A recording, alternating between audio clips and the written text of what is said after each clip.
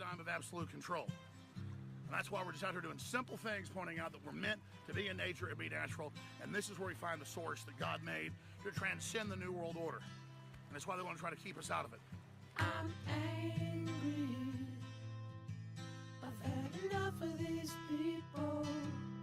They're a bunch of Christian murderers, scum. They're on giant death factories, keeping babies alive. They're selling their body parts. What more do you need to know about these people? I go out and face these scum. They literally crawl out from under rocks. They have green looking skin, and they run around screaming, we love Satan, we wanna eat babies. I have them on video. Hillary's in the creepy, weird, sick stuff, man. She sleeps in the same room with that creepy, weird woman whose mother wears a hood over her head. What the hell? That woman number one is ugly. Imagine how bad she smells, man. I'm told her and Obama just stink. Obama and Hillary both smell like sulfur.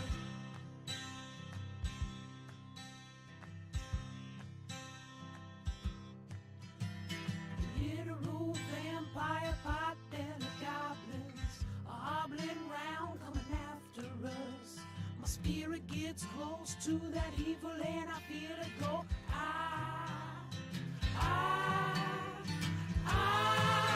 We're such self-centered crap, we don't even notice hell itself rising up against us. Millions of pointed people of the very worst type, and I'm so pissed. We're gonna stab your daughter at the mall. We're gonna stab your wife, your son.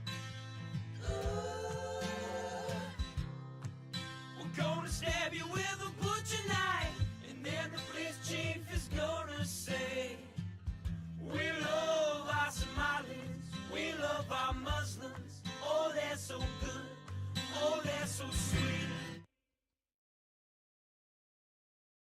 I was watching Fox News as I worked out this morning.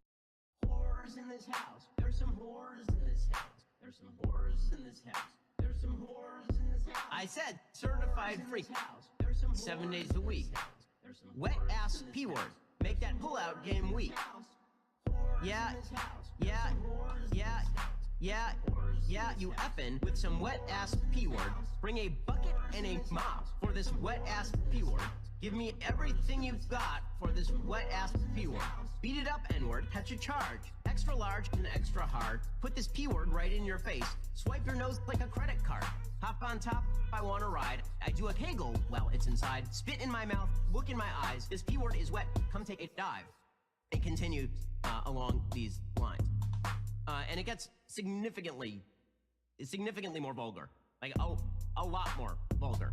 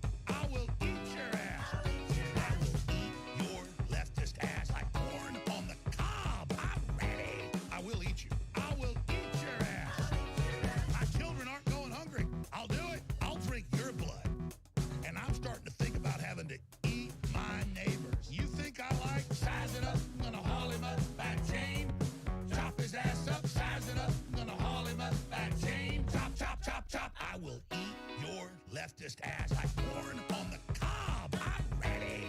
I will eat your ass. I will eat your leftist ass like corn on the cob. I'm ready. I will eat you. I will eat your ass. I'll barbecue your ass flat. I will cook your ass up so fast, and I'll tell them, "Oh, I killed a cow out back, baby." You think Christ would eat somebody? He would never do that. I will. I'm ready to hang them up, gut them and skin them and chop them up. You know what? I'm ready. I will eat your leftist ass like corn on the cob. I'm ready. I will eat your ass. I will eat your leftist ass like corn on the cob. I'm ready. I will eat you. I will eat your ass.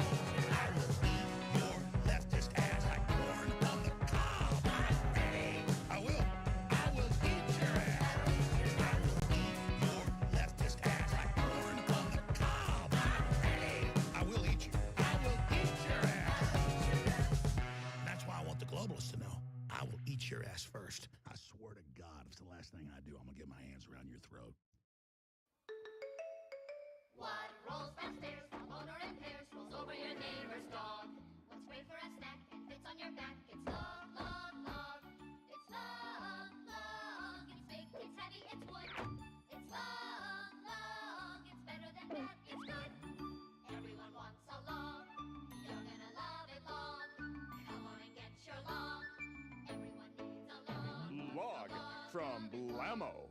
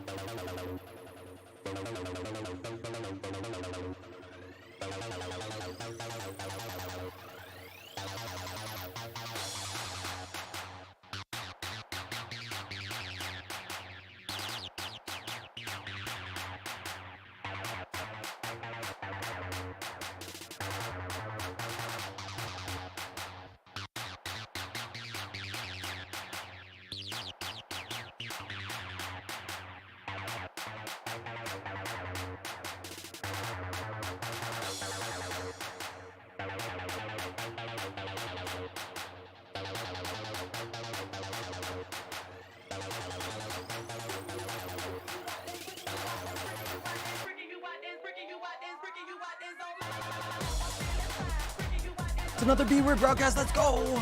Let's go in chat. How you doing? We got another big stream for you tonight. Holy cow. That's right.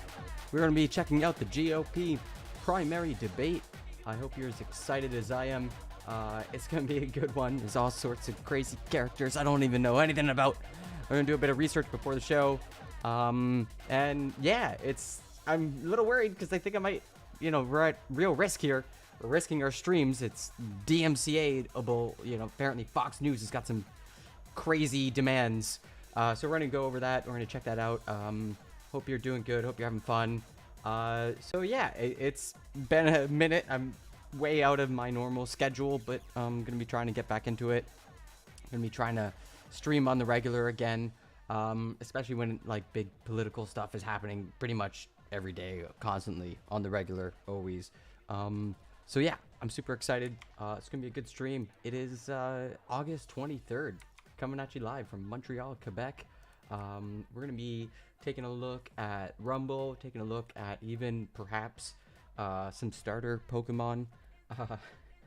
We're going to be taking a look at there's just so much happening. There's Rudy Giuliani got arraigned, so I don't know. It's gonna be wild. There's also a interview with Tucker of our president Donald Trump, who is gonna be on Tucker Carlson. Apparently, Tucker Carlson is like making like a thing on X, formerly known as Twitter.com. So we'll be checking that out as well, especially if we're gonna get DMCA'd. We're at risk of that. And yeah, so I'm pretty excited. I hope you're excited. We're gonna be starting off. Let's see here. There's just like so much news. There's even the thing with Prigozhin. Oh man, and the thing with Jordan Peters. Oh man, so much news. But I think actually, if I take a look, things might be live and happening now. So we'll take a quick peek just to see what's up with that. I'm just gonna organize myself first.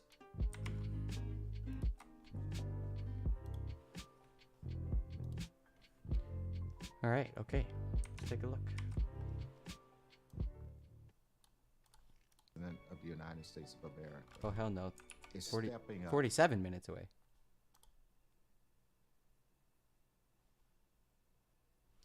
Oh yeah, okay, so refresh. Oh yeah, and I realize I might be risking both my accounts right now, which I think is a silly move. Oh boy, look at that. So yeah, okay, so it looks like we have the live stream here. In the meantime, we got a bunch of other stuff lined up, so let's take a look at that. There was, if you actually just go straight to rumble.com right here, you can see it's like the main thing. Apparently there was like Fox News requirements for stream. They had like some crazy demands. Crazy demands from GOP. What are the minimum requirements for the GOP debate? Oh, it's just gonna be how to watch. Okay, I don't have the actual press thing, but here we go. This should be the thing.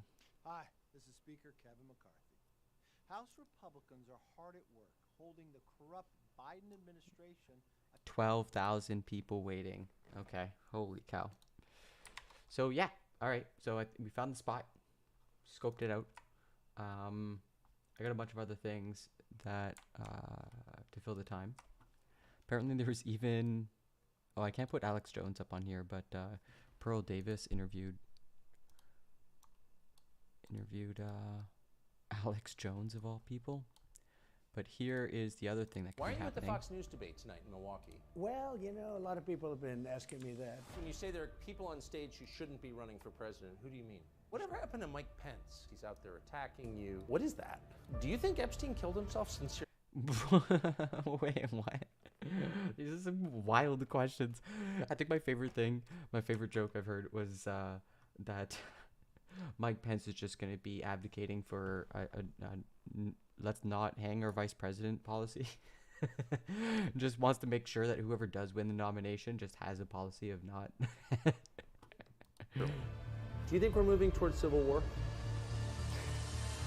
It's good to have you at Bedminster. It's very nice. I love it. You're saying they stole it from you last time. Why wouldn't they do the same this time? Oh, well, they'll try. They're going to be trying. Mitch McConnell is trying to get senators to impeach me. Crooked Joe Biden is so bad. He's the worst president in the history of our country. I don't think he's going to make it to the gate, but, you know, you never know. It started with protests against you, then it moved to impeachment twice. Right. And now indictment. Are you worried that they're going to try and kill you? Why wouldn't they try and kill you, honestly? Oh, They're spicy question. savage animals. They are people that are sick. So do you think it's possible that there's open conflict? I can say this, there's a level of passion that I've never seen, there's a level of hatred that I've never seen, and that's probably a bad combination. So yeah, that's the We're backup doing plan. this interview, but we'll get bigger ratings using this crazy forum that you're using than probably the debate. The X Factor. Everybody, not the porn site, the the legitimate business, the future of human consciousness, if you follow Elon Musk close enough. Okay, so that's the backup plan. If the debate doesn't really go, I might kick everybody over to Twitch just because that way I'm only risking one of my platforms at a time. Seems like a smarter choice. In the meantime, I want you to choose your starter Pokemon right here. If you're gonna go after Cindy Powell, maybe I can't remember her name, Linda Ellis or something. So yeah, get your starter Pokemon ready while we wait. All right, so we'll check back in on Tucker Carlson in like half an hour. I kind of want to do just a little test here. There's also this news that was super funny, which is that Biden's campaign is plastering dark Brandon ads across Fox News' website. Wait, is that true?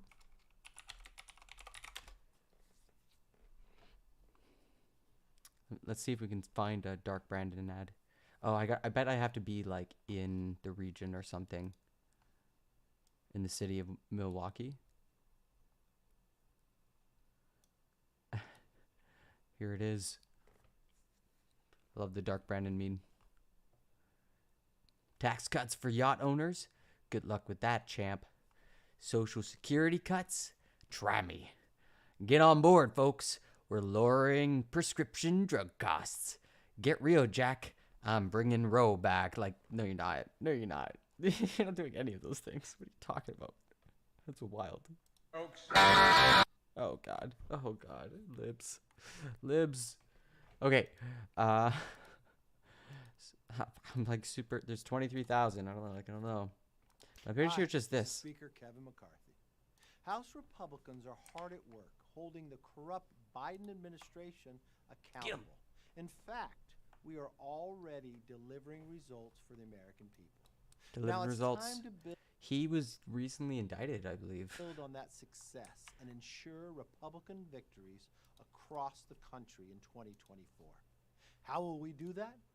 Together with the Republican National Committee, I am asking you to take the pledge to bank your vote and cast your vote before Election Day in 2024 to expand our House majority, take back the Senate, and win the White House. We need Republicans to go all in on pre-Election Day voting. Pre-election day voting. That's such a hard sell. We don't need to wait until the last quarter to put points on the board. I am proud to Points on the partner with board. RNC on Bank Your Vote. We gotta push that football 10 more yards.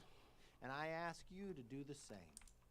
Go to bankyourvote.com to take the pledge. Sign up to protect your vote and invite your neighbors and friends to help us hold the Democrats accountable in 2024. So yeah, I don't know why that's the because they really need their voters. This is such an odd platform for the like 1,000 people. Hi, this is Viva Fry is huge here. Oh, he's live from Milwaukee too. He would be.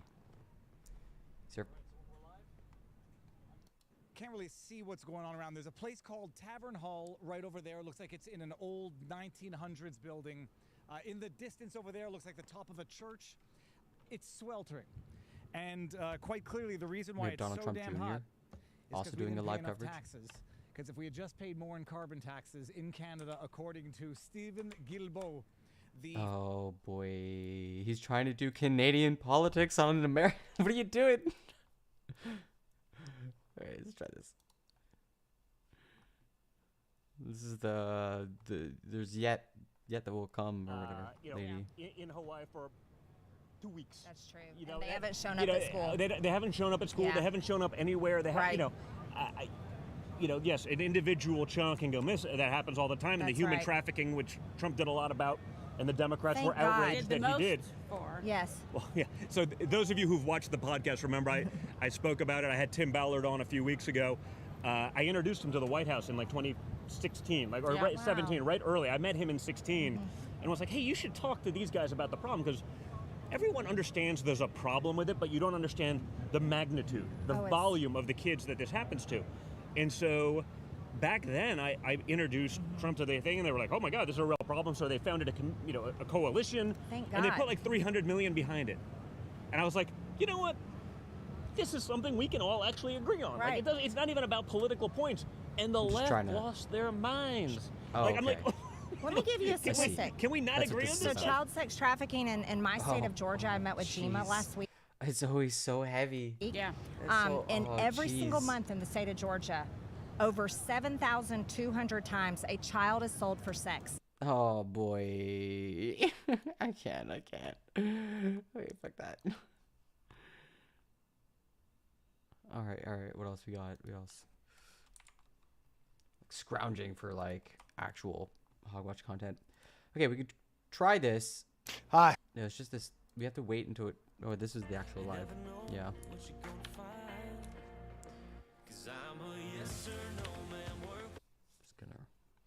Just gonna refresh it. Okay. Couple minutes. There's no like pre-discussion. Like that's the thing I'm kind of like scrounging for. I know there's gonna be a bunch on Twitch. Like if I go to I'm Really Important or something. Well, actually, let's just see what Hassan is doing. First off, it's like my weather vane for content. Oh God. Ah, jeez.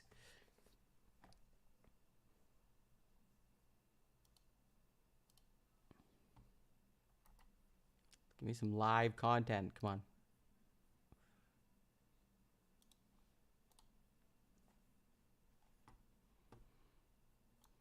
So yeah, it's gonna be starting in just a few minutes. I'm gonna see if I'm not really like particularly sure how to stream it. From what I understand, it's like probably best to watch it directly from Fox onto Twitch. So I might have to send you all over there. In the meantime, yeah, I guess it's CNN while we wait. Everybody just watches the same like lib news shows because it's the ones that don't DMCA rampantly. You can actually probably just go.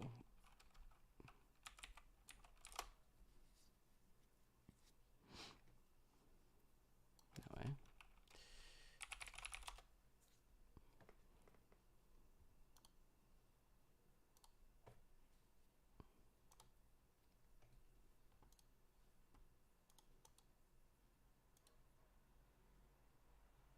An exorbitant amount of time to wait. And yet, now, Donald Trump's first request in this... Oh, I don't want to watch him. Brian Tyler Cohen? How about David Pakman? I can't even believe you're back. And I am so appreciative of that. You know, you Bay made it Photo really- says, can we get your prediction for who does best and worst? I Okay, think so he's Vivek watching it. Ramaswamy will do well because he's super slick. I think probably... I think Hutchinson probably does the worst. I don't He's know. I'm just watching it through guessing. I Fox think there will News, be I a lot guess. of poor Okay. performances All right. tonight. Thanks, Zach, for the super chat. Yeah, I'm looking forward David to... only needs 46 more Twitch. The thing I hate about David Pakman is he's just always chilling. Okay, so I guess we can just go to Fox News Live. I thought we had to watch it through like Rumble or something. But David Pakman's usually my weather vane for this sort of stuff.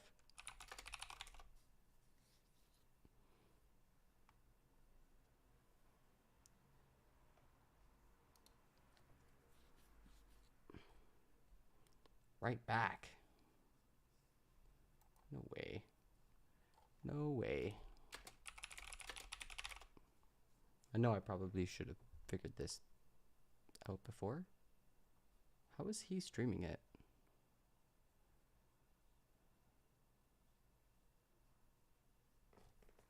Weird.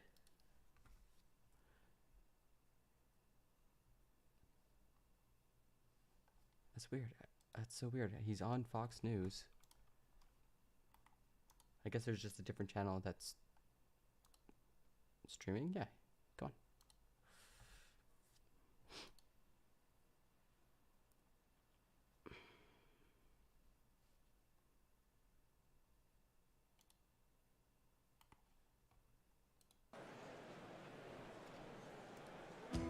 Is this site just keeling over? Hey, I'm Bill Hemmer. And I'm Dana Perino. We are less than 30 minutes away from the opening salvo in this first debate of the Republican presidential campaign season. So 8 candidates will be on stage at the Fiserv Forum behind us. They will be fighting for their political lives. You know, a great performance could jumpstart a path to the White House, but a poor showing could be lights out tonight. Coming up during the next half hour, we will check in with our debate moderators, Brett Baer and Martha McCallum. And we will talk to a number of experts, including Britt Hume, Harold Ford, and Trey Gowdy. Kellyanne Conway is here, Karl Rove and Laura Ingraham. We'll get a prediction from Sean Hannity, and we'll get live reports from the White House and from right here in Milwaukee. And that is where we begin tonight. It's time to look at the final preparations, and Bill Maluzhin joins us. Good evening to you, Bill. I haven't gotten attacked on YouTube yet.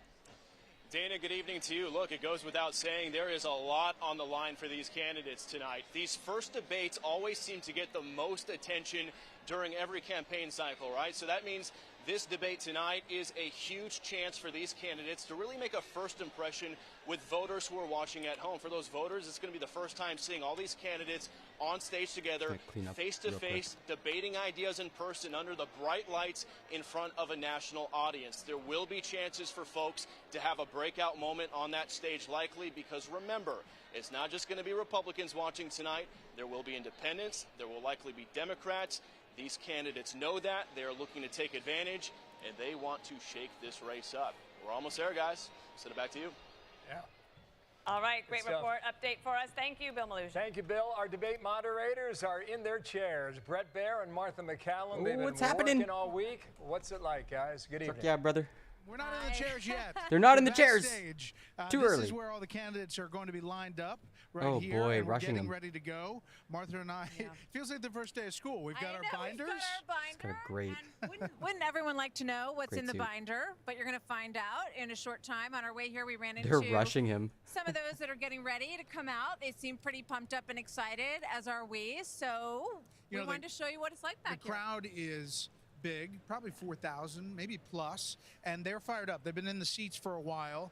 They think they're anxious to get started, and we'll be walking full out, crowd. giving them a little preamble before everything it's gonna be starts, good. and then we will get to the debate moderator desk and start asking questions. Yeah, we're looking forward to it. So, Bill, Dana, we'll send it back to It's you. been a This is kind of great like the day. Oscars. Oh, they got behind the absolutely, scenes. absolutely caught off guard. I love that. Oops. Hey, it looks fantastic. We'll see you guys in Producer about mistake. 28 minutes. Brett and Martha, Great thanks. pre-show, you guys. We'll see you later. That's All why it's called the let's bring pre-show. in our panel, Britt Hume, Harold Ford Jr., and Trey Gowdy. So, Britt Hume, it's wonderful to have you here. And what do you look for in tonight, especially for somebody like a Ron DeSantis? Well, I think DeSantis is needing to get his campaign a boost. And I kind of think DeSantis is gonna- one of the things we're gonna get hearing is that rocked. he's going to be under attack. Yeah. And I wonder if that might not be Knives just out the for best thing DeSantis. that would happen to him.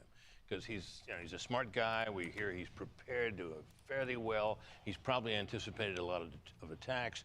And if he was, first of all, when you're attacked, you get to respond, no matter what the other time limits are. So chat. it will give him He's more gonna be airtime if he's eaten attacked. into. And it'll give him more opportunity to make a sharp and well-rehearsed response DeSantis for might dinner. end Meatball up Ron. helping him, and I think that's what he needs, and so that's something to watch for. He's taken a lot of incoming the last few months. And too. I'm sure he's heard it all, prepared for as much of it as he can. It'll be interesting to see how he responds. I think he's going to get all right, rocked. Britt, Trey, you came with a few ideas. Absolutely What rocked. do your notes tell you?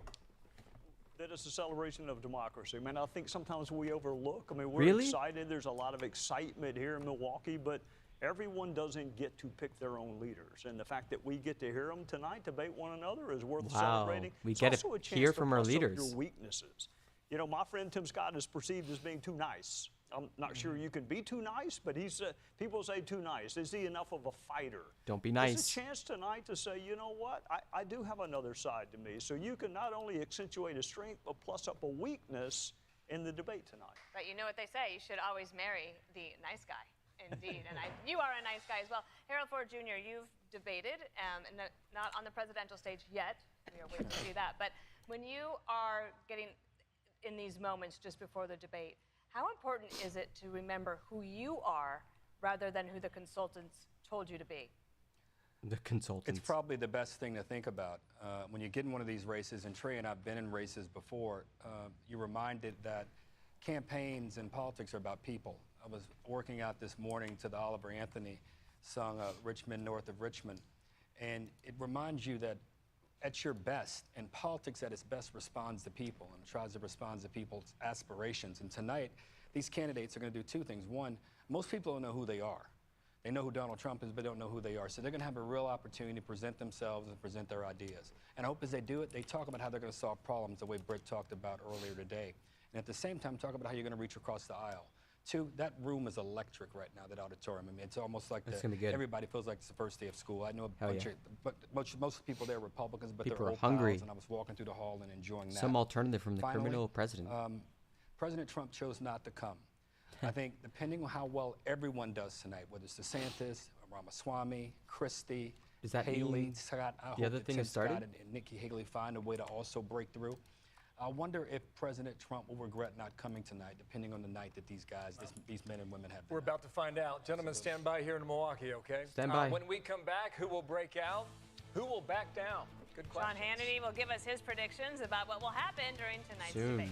So much is happening. But it doesn't look like we're getting rocked by on the YouTubes. So we can keep this on the back burner. Check out what else happened. I wouldn't mind like actually getting some sort of review of the candidates. A lot of these I don't know. I heard one of them like bought his way in by like giving people gift cards or something. We are just one day out from the first GOP presidential debate. The Republican National Committee confirms 8 candidates will take part in the Fox News hosted event. Fox's Alexandria Hoff reports. There's already been some excitement leading up to the debate, sorting through who would qualify. Some were forced to get creative in order to satisfy polling and donor requirements. And while the candidates will be facing each other for the first time tomorrow, it's unlikely that they'll face the current frontrunner. We're going to be heading up to Milwaukee tomorrow. Florida Governor Ron DeSantis attended a pre-debate party in his home state before traveling to join the 7 fellow presidential hopefuls who have earned podiums in tomorrow's kickoff matchup. Once this debate happens this week, It's a it's new off one. to the races. I'm looking to introduce myself to the country. 6 months Easy ago, up- many people up and in this comer. country did not even know who I was. And there is no expectation that former President Trump will attend, instead opting to do a competing pre-taped interview, writing on social media, quote, "The public knows who I am and what a successful presidency I had. I will therefore not be doing the debates." According to the first NBC News Des Moines Register Mediacom poll, former President Trump holds more than 20-point lead over his closest competitor, Ron DeSantis, who weighed in on President Biden's visit to. It's like so wild to watch that there's going to be like a debate and everybody is waiting to see Trump and he's going to be on a totally different platform doing a private interview with like basically his like media lapdog. Fire-ravaged Maui. If we had a Republican president who in the midst of these fires and their aftermath, decided not to go engage to help the victims, but to go sit on the beach, what would the media say if they tried to do that? DeSantis there referring to the president's vacation to his Delaware beach house earlier this month. Damn, man. Yesterday, Took a President vacation? Biden brought a promise to the suffering island. I heard he pet a dog. Why we're with you for as long as it takes. President Biden has since returned to where he's currently vacationing with his family in Lake Tahoe. The White House says it is unclear if the president will watch tomorrow's GOP debate. In Washington, Alexandria Hoff, Fox News.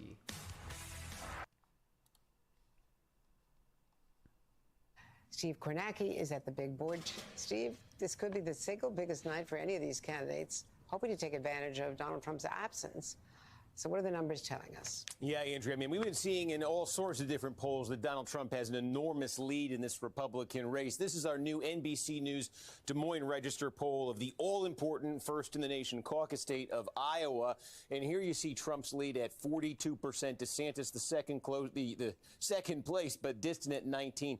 No one else in double digits. So, you know, obviously you say Trump not there tonight. Who's got the biggest opportunity on paper to move up? Is there room here for one of these candidates to make this a race with Trump? And I think when you dig deeper into these numbers, you do see two candidates who have an obvious opportunity tonight. They are DeSantis and Tim Scott. And why? It's not because they're close to Trump right now. They're not in the horse race, but it's because of this. Let me show you what we did here. 6 hours We ago. asked folks in this poll not just who their first choice is. On the first choice, Trump's way ahead. We also asked them who their second choice would be. My man, Vivek. And then also running through all of the candidates running, are these candidates, tell me who you're actively considering. Maybe you're not voting for them yet, but they are under active consideration in your mind. And I think this is interesting because Trump, if you combine those three categories, does have the highest number at 63%. But look, DeSantis is almost equal with Trump there, 61%, and Tim Scott not far off at 53%. Really? What you see in our poll here in Iowa and what you see in national polls and polls in other states as well is that Trump is ahead, but not DeSantis and Scott are not unpopular with Republicans. They have very high favorable numbers. And in Scott's case, very low negative numbers, and in DeSantis' case, pretty low negative numbers. There's broad goodwill towards DeSantis and towards Scott. So no Trump on the stage tonight. What these numbers suggest is there's obvious room for DeSantis and Scott to tap into that goodwill. Will one of them do it tonight and move up a little bit in Iowa and elsewhere? Steve Kornacki, that's such a great breakdown. Thanks for starting. Meanwhile, Time Person of the Year, 2021? 2002? 2002? I wanted to say 2001. It's the year after 9/11. And then his mugshot. Okay. All right. We're back to the desk. Yeah, I think the fight, people are going to be taking on Biden, obviously. Oh, People that are going to be desync. swiping at each Is that desync on my end? Let's try again. I know Laura Ingraham sounds funny. but she You does have to sound be not able to funny. beat Biden, which means There you we have go. to get to 270 electoral votes. So what states that Trump didn't win are you going to be able to win? And can you make that case credibly to a very skeptical, sometimes skeptical public? And Trump obviously has a huge lead. And so candidates are going to have to say, well, look, I'm actually going to win this. He didn't win last time. I'm going to win it this time. And again, that's a heavy lift, but I think anything can happen tonight. Okay. Loved having you on this preview show. Thank you so much, Laura Ingraham. Thank you, Laura. Good to Want see to you get guys. some predictions now? You two. Sean Hannity has made his way to Milwaukee. Good evening, sir. What's great? My two favorite people are two of my most favorite people in the world. Great to thank see you you. guys, and I hope to see you in a few moments. I always remember Sean Hannity for when he joined Trump on a stage in front of his roaring crowd and broke like the line between journalist and political hack. You know, Laura used a word that I often use about debates. You're looking for Ramaswamy in the moments. center position. You know, you could think back, Reagan, I'm not going to let my opponent's youth and inexperience be a factor in this campaign. The whole room erupts. Even Walter Mondale started laughing. It was such a good line. That was a... I heard Mike Pence is going to be mostly focusing on a let's not hang vice president's policy and be pushing that pretty hard. So I would say that, you know, look who comes in there and is comfortable. I would think Vivek is probably going to surprise a lot of people. He seems very comfortable in front of a camera. He seems ready to go. Yeah, he's been crushing it, except for his weird rap. I just saw Ron DeSantis. He seemed ready to go. He seemed Meatball in a Ron. great mood, Who's in for lighthearted. Meatball I saw Ron? Mike Pence. And I just think this, for all the talk about Donald Trump not coming, I think these guys, they should be glad he's not coming.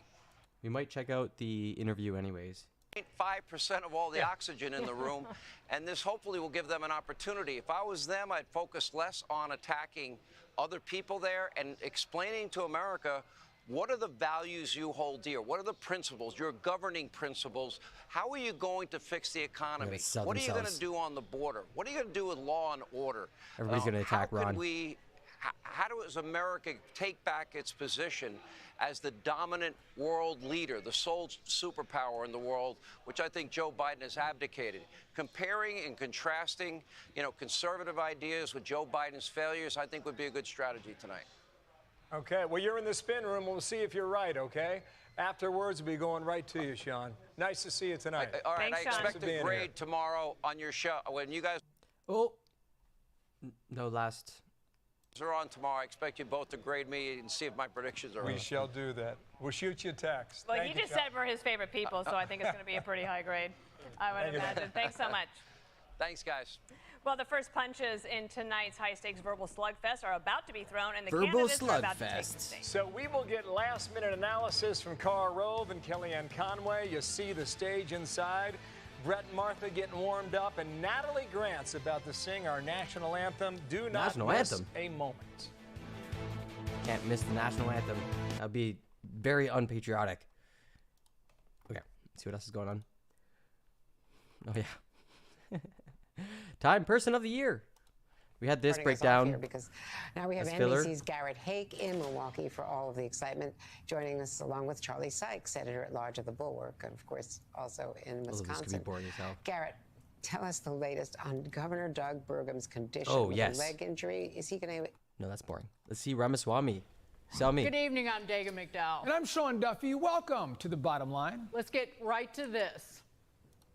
Once this debate happens this week, it's off to the races. How's Nikki going to do? Exciting debate. I feel like I've been preparing for this first 15 minutes, Republican everybody. presidential Starting debate my soon. whole life. I don't think it's any secret that I'm going to be probably the guy that people are going to come after. Bring it on. Many people in this country didn't even know who I was 6 months ago. So this is a good opportunity for me to introduce myself to the country. I'm incredibly relaxed. I want to see I've him been there before. go for So blood. if I'm nervous, they should all be Chris petrified. Christie's going to crush it. It's the first test for the 8 Dark horse. presidential hopefuls, and we are one day away. That's right, the first Republican debate tomorrow in Milwaukee, Wisconsin, the greatest state. Again, Fox News. The Oh, candidates are gearing Yo, up thank you so much for for the a follow, fight. Arcades. So what can we expect? Welcome to the Florida stream. Governor Ron DeSantis and Vivek Ramaswamy sharing center stage, with the rest of the contenders filing down and out. This is a big moment to make a big impact with voters. So who's going to take the first shot? Oh, and then there's bring in Fox Burgum. News contributor- We've got to figure out what's going on with Burgum, because apparently, like, yeah, okay, I'll find it. I'll figure it out in the background. Just give me a Editor, sec. host of the The Guy story's really Benson funny. Show, Guy Benson, live from Milwaukee, and Maslansky and Partners president and pollster Lee Carter. Great to see you both. Guy, Vivek has made it to right center stage by being everywhere all the time. And he's, you know, even with his videos of him playing tennis Yeah, I think this is it. shirtless, Did I find it? he's kind of getting a little Shirtless. Beto O'Rourke, Beto in my O'Rourke. opinion. How do That's you a see it? That's a Democrat. Well, he's definitely silver-tongued. He's smooth. He's a good talker. The question is, does he have the experience and the positions that undergird a principled candidate? And he's new at this. He's a political novice, and I think a lot of the attention on him will be, to his credit, a result of the fact that he has moved up in the polls. But I think the key here in Wisconsin, and Sean, I've had some cheese already, some beer later perhaps, What will voters think of this? This is what I'm most excited about. We in the media and the political class and the consultants and the pollsters, we all play a role. We've all had our say. We're looking Okay, for... so Burgum is like this rich guy who spent a huge amount of money on advertising. That's the scoop with him. There's this chart right here, week by week ad spending in the presidential nomination. There's like Burgum just like crushing it at 2 million. Holy shit. Excuse my French. This is also sometimes a French stream. Okay, let's go check up on the stream. Yeah, 11 minutes.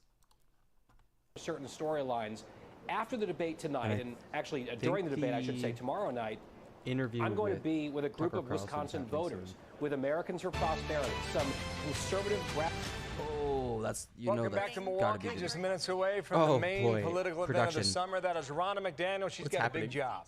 She runs the RNC, and she's pretty much the commander-in-chief of this event tonight. She has about 4,000 guests with her. Being pulled in lots of different directions. So let's get some last-minute analysis. Joining us now, Karl Rove and Kellyanne Conway. Kellyanne, let's start with you. This morning, you had a piece on FoxNews.com about the 6 key things you're going to look for. Has that changed at all over the course of the day? It has not. And I made the point in that piece, Dana and Bill, that politically speaking, nobody had a better 2022 than Ron DeSantis, and nobody's had a worse 2023 than Ron DeSantis. He's got a real opportunity tonight to reset, to regain the traction and the excitement around his campaign. He has debated in the past Adam Putnam, Andrew Gillum, Charlie Crist. The other seasoned debaters on the stage, Chris Christie and Mike Pence, know their way around the podium. I don't think they'll have any kind of stage fright. And I believe the task for each of these candidates is to both portray confidence, but also to project competence. And if you're hung up on something or somebody's making you angry, it's incredibly important to stay calm. And remember, your audience is not each other. It's not even the moderators necessarily. The audience is we, the people. So look in that camera and take your case directly to the people. Chris Christie, the Bulldog's going to eat all him these up. candidates are under pressure, and none of them are under oath. And I know that our moderators, Martha and Brett, are really going to press them hard on some of the suppositions and some of the salesmanship they're trying to make tonight. That's important too. Yeah, don't admit to any crimes. In a moment here, we expect the candidates to walk out, so stand by for that. If we have to interrupt Karl, we shall. But in the meantime, Karl, set the stage for what's on your mind. 10 minutes to go. Well, look, everybody goes into this debate with a plan, and that'll last as long as they get a question that throws them off the plan. But having an idea of what it is that you want to share with the audience, the kind of points that you want to make, the kind of values you want to share, the kind of record you want to lay out, and most important of all, what it is that you want to depict you as being the president of the United States. These things are all important, and every candidate should try and return to them as often as they can do so appropriately in the debate. But it's, you know, this is a high-stakes game, and we have to interrupt you, Karl Rove. And important things are are happening. Keep on plan, but you have to walk in with a plan. The candidates are on the it's happening. Got it. And that's the Mike Tyson theory, and by the the way. candidates are walking out now. Let's take a look here as they line up. They it was by order of polling, so that's how you see how this ended up. You have Vivek Ramaswamy and Ron DeSantis there in the middle. You know what's my favorite theory before we start? Is that Trump couldn't be on the same stage as a witness who is testifying him in a criminal case, i.e. Mike Pence. Yeah. The last little what's interesting is Ramaswamy and Nikki Haley are right next to each other. Didn't want to ask They've the kind of gone at it in one form or another based on foreign policy. I would expect to see something from her directed toward him. Ron DeSantis, Britt mentioned this a couple of minutes ago. He's really been under fire for the past 4 weeks, and we'll see how he rebounds tonight. Governor Doug Burgum, he'll be screen right there. He was in the hospital this morning, having tore his Achilles tendon. And Asa Hutchinson was the last addition to the debate stage. He's on your far left. He's a former governor of Arkansas. All right, Karl, we interrupted you. Go ahead with your final thought before tonight begins. Well, look, these men have prepared, men and women have prepared for this event tonight, but literally every bit of preparation goes out the window when you actually go onto that stage, because it's a unique environment that they really haven't prepared themselves for. There's no way you can. And how well they do tonight is going to be a testament of their own native abilities and their ability to adjust to the changing circumstances they find themselves in. Good stuff. Thank you, Karl. Thank you, Kellyanne. We'll see what we get in minutes. Doug Burgum, by the way, is far We're talking about China. Stage right. Yes. playing basketball this morning, tore his Achilles tendon.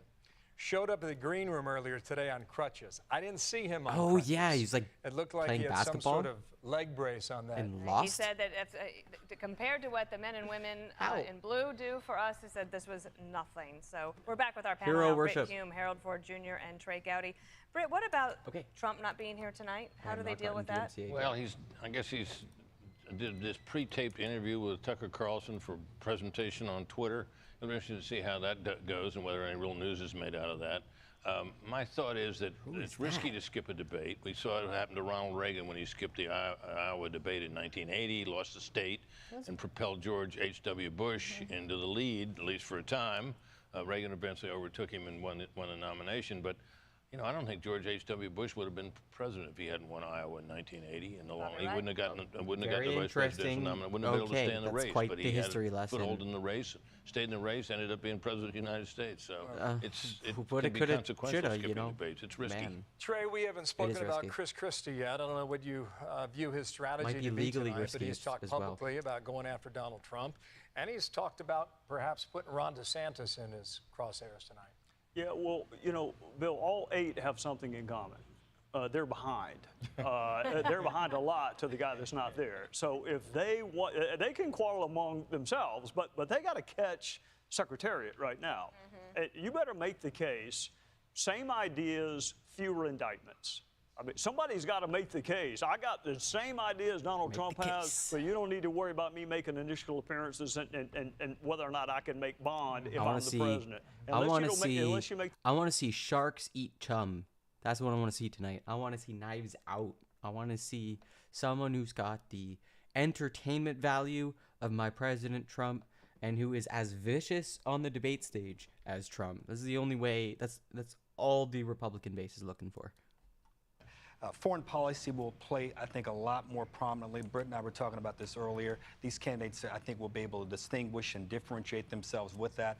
Our mate on the 5, Jesse Waters, earlier today said that he hopes that these guys are not looking, these guys and Governor Haley are not looking to get applause, but are looking for that silent approval and to give a real leadership, big vision-like thing for the country. If they're able to do that, the country will win, because public discourse and debate is the best thing for democracy, and we'll get a chance to see a little bit of it tonight. Does that work, Britt? You want to see some well, Mike I think you can. I think punches? Foreign policy is way down on the list see some, when you ask people what they're some pugilism. Want to do if we didn't have a real discussion of it, particularly about whether, and it's controversial among Republicans now, to stick with it in Ukraine.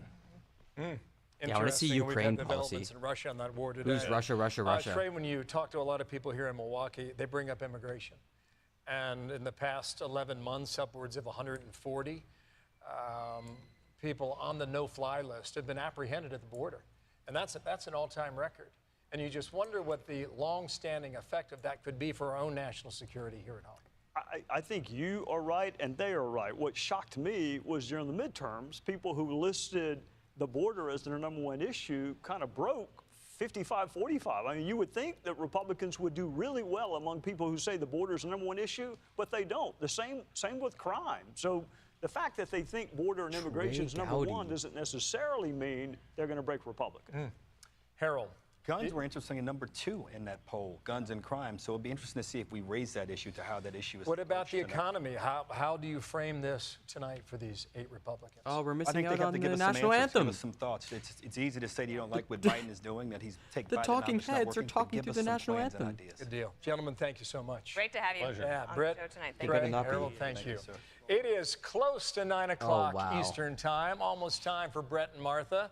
And the first primary debate of the cycle, and here we go, America. But before we go, let's make an entrance. What do you say, Dana? I would love to do this. There you Let's go. see and check this out. We are going to take you back inside Fiserv Forum to hear 9-time Grammy nominee and 5-time CMA Dove Awards female vocal. You gotta say who you're voting for before the debate starts. Our national anthem. And she is outstanding, and so is this. This is a live drone shot now, working its way through the arena. As we showed you this morning on America's Newsroom, you want to grab your popcorn, right? Well, I was thinking that tonight I would love one of those pretzels with some Wisconsin cheese. Yeah, you could get that here. This is Natalie Grant, and let's go. Oh, Mike Pence with no fly on his head.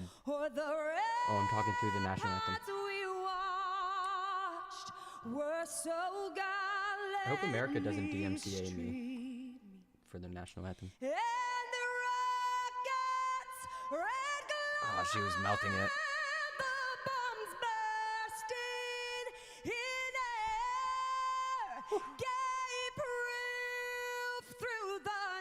How's it going on, Brent? Look at that grimace.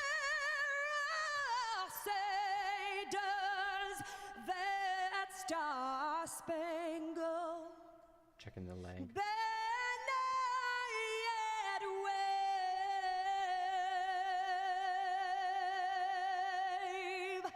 For the land of the free and the home of the brave. Yeah, she crushed that. She absolutely crushed that. I've seen a lot of really silly renditions. And it's a very difficult song And what a to sing. stirring way to begin. Now a lot of embellishments. Primary Super clear debate tone. of this 2024 election season. hit her the notes. candidates are on the stage. Martha and Brett are going to start the questioning in our drone. Whoa, As we're right in. I mean, see, almost makes you feel like play ball, right, Harold? I mean, let's go. Let's go inside you think? Fiserv Arena. The winner will be the People here in singer. Milwaukee have been fantastic, and they are giving us their best tonight. 4,000 strong inside, and you're about to see the first event of the political I'm so season. excited. Where we end up in This is how it's November gonna be of for 2024 is anyone's guess, but tonight is the first step in that direction. Where is Enjoy everyone? They're on America. stage. We'll see you tomorrow morning. Brett and Martha, take it from here. They're Good just night. doing this really kooky. Man, I cannot believe they brought this camera all the way from that is what a shot. They're just like this one guy really wanted this shot in there. Oh no, what's going on? Some call it the heartland. We have to listen to an ad before Others the flyover debate. country. But for the 2024 presidential hopefuls, the Midwest is the place to land.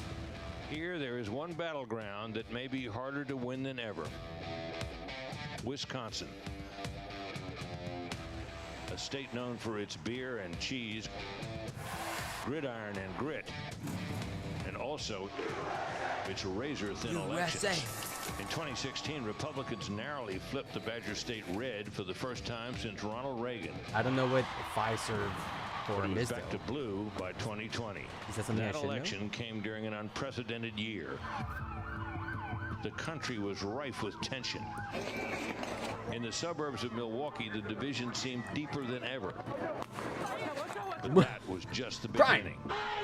2 years later, the U.S. Supreme Court struck down Roe versus Wade, leaving the legality of abortion This up to the is not states. fiction. In Wisconsin, that meant a nearly Heck total no, we ban. don't need Roe. The power of that issue drove Democrats to the polls this year. Now, that new thin liberal Pokemon, majority on go the to the court could polls. have that abortion issue before it again, just as the race for the White House accelerates. You think they're all going to eat it? Do you think there's going to be Tonight, any questions the about Republican candidates abortion? will face off at the home of the Bucks and the Maybe Marquette Golden Romney Eagles, drops in and says hoping to hi. return next I think a July fly to is this gonna city land on the shore on of Lake Pence's Michigan head. to accept the Republican Yeah, I think my nominee. favorite, yeah, definitely my favorite idea is that like that Trump can't be on the same stage as somebody who's a witness in his criminal trial. Like, they just, yeah, might be a bad mix right there. Might really whip up the crowd, you know. Tonight, the race for the White House takes flight. Welcome Tart. to the first debate of the 2024 presidential campaign, live Let's at go. Fiserv Forum in Milwaukee. Hype. 8 Republican candidates have qualified and have Right on time. chosen to be here on our debate stage tonight. They Milwaukee. are here to lay out their vision for America, the battle as they battle for the Janice GOP and the nomination. people. Good evening, everybody. I'm Martha McCallum. And I'm Brett Baer. This is the very same stage on which the Republican choice for president will accept the party's nomination next summer. The 8 contenders are positioned by the order they sit in the polls, with the highest polling candidates in the middle standing center stage. Florida Governor Ron DeSantis. Meatball Ron. He cannot smile. He can't even smile. Vivek, this guy is going to crush it. Former He's Vice young. President Mike Pence. Former South Carolina Governor Nikki Haley. What's happening? Former New Jersey Governor Chris Christie. Chris Christie's going to eat Tim tonight. Scott. Yay. Former Arkansas Governor Asa Hutchinson. And North Dakota Governor Yeah. Doug Burgum. Oh. This guy, that's the guy, the millionaire, I Some think, or the ground rules for bajillionaire. tonight. We'll ask the questions, and then candidates get 1 minute to answer. If someone is singled out, you get 30 seconds to respond. And when the time runs out, we all will hear this. Wait, which one's Doug? Oh, Very that's pleasant. not going to work. So tonight, these candidates have a big opportunity Okay, pick to your break candidate. out of the Pick your pack horse. and to explain why they are best prepared to be the Republican choice for president. At a time when the likely Democrat nominee, President Joe Biden, is working to convince the country that with Bidenomics, things are looking up. They call my plan Bidenomics. Yeah. I'm not sure they meant it in a totally complimentary way at the time. But guess what? It's working. Ooh, got him. But is it? More than 65% of Americans say the country is headed in the wrong direction. And here's the reality for some voters we talked to here in Wisconsin this week. We have noticed a dramatic increase in prices at the grocery store just across the board. Gas is high. Thanks, Denny. And food is high. A lot of people's out here homeless because they can't buy food. It's tough when you got mortgage rates at 7-8% versus 2 to 3. It's just you can't afford a house anymore. Inflation is ridiculous. It's killing us out here. As we sit here tonight, the #1 song on the Billboard chart is called Rich Men North of Richmond. Yeah. By a singer from He's like- Farmville, Virginia, named Oliver Anthony. His lyrics speak of He said that he was like, America's a melting pot, and now like all the right wingers are like, I don't know if we like this guy so much anymore. Washington, D.C. is about Diversity is 100 strength. miles north of Richmond. These rich men north of Richmond, Lord knows they all just wanna have total control. Wanna know what you think, wanna know what you do, and they don't think you know, but I Wait, know that you no, do. wait, no, play the lyrics where he talks about the fudge rounds and fat people on welfare. Cause the rich men north of Richmond. Clip chimps. So, Governor DeSantis, why is this song striking such a nerve in this country right now? What an What easy do you question. think it means? Our country is in decline. This decline is not inevitable, it's a choice. We need to send Joe Biden back to his basement Jason and Aldean song? reverse American Ooh. decline. That would have been scary. I'm glad they did this one. Populism, Understanding rah We rah. must reverse Bidenomics so that middle-class families have a chance to succeed again. We cannot succeed as a country if you are working hard and you can't afford groceries, a car, or a new home, while Hunter Biden can make hundreds of thousands of dollars on lousy paintings. That is wrong. What? We, Lousy we paintings. also cannot succeed when the Congress spends trillions and trillions of dollars. Those rich men north of Richmond have put us in this situation. And finally, we need to lower your gas prices. We're going to open up all energy production. We will be energy dominant again in this country. I showed it could be done in the state of Florida. I pledge to you as your president, we will get the job done, and I will not let you down. Not bad. Good opener. Thank you. You can't smile though. His Governor facial Christie, do you expressions. agree with Governor DeSantis just said there? And why would you be better on the economy Chris Christie, eat him. than him? Eat him up. Look, I do agree predominantly with what Governor DeSantis just laid out. And I think that if you asked every one of us up here, that we would agree predominantly with what he just laid out. Here's the difference.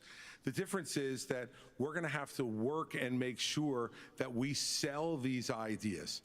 And be able to put ourselves in a position where we get a majority of the vote, not only by winning the Congress and the Senate in 24, but also by having someone who's had the experience of doing it.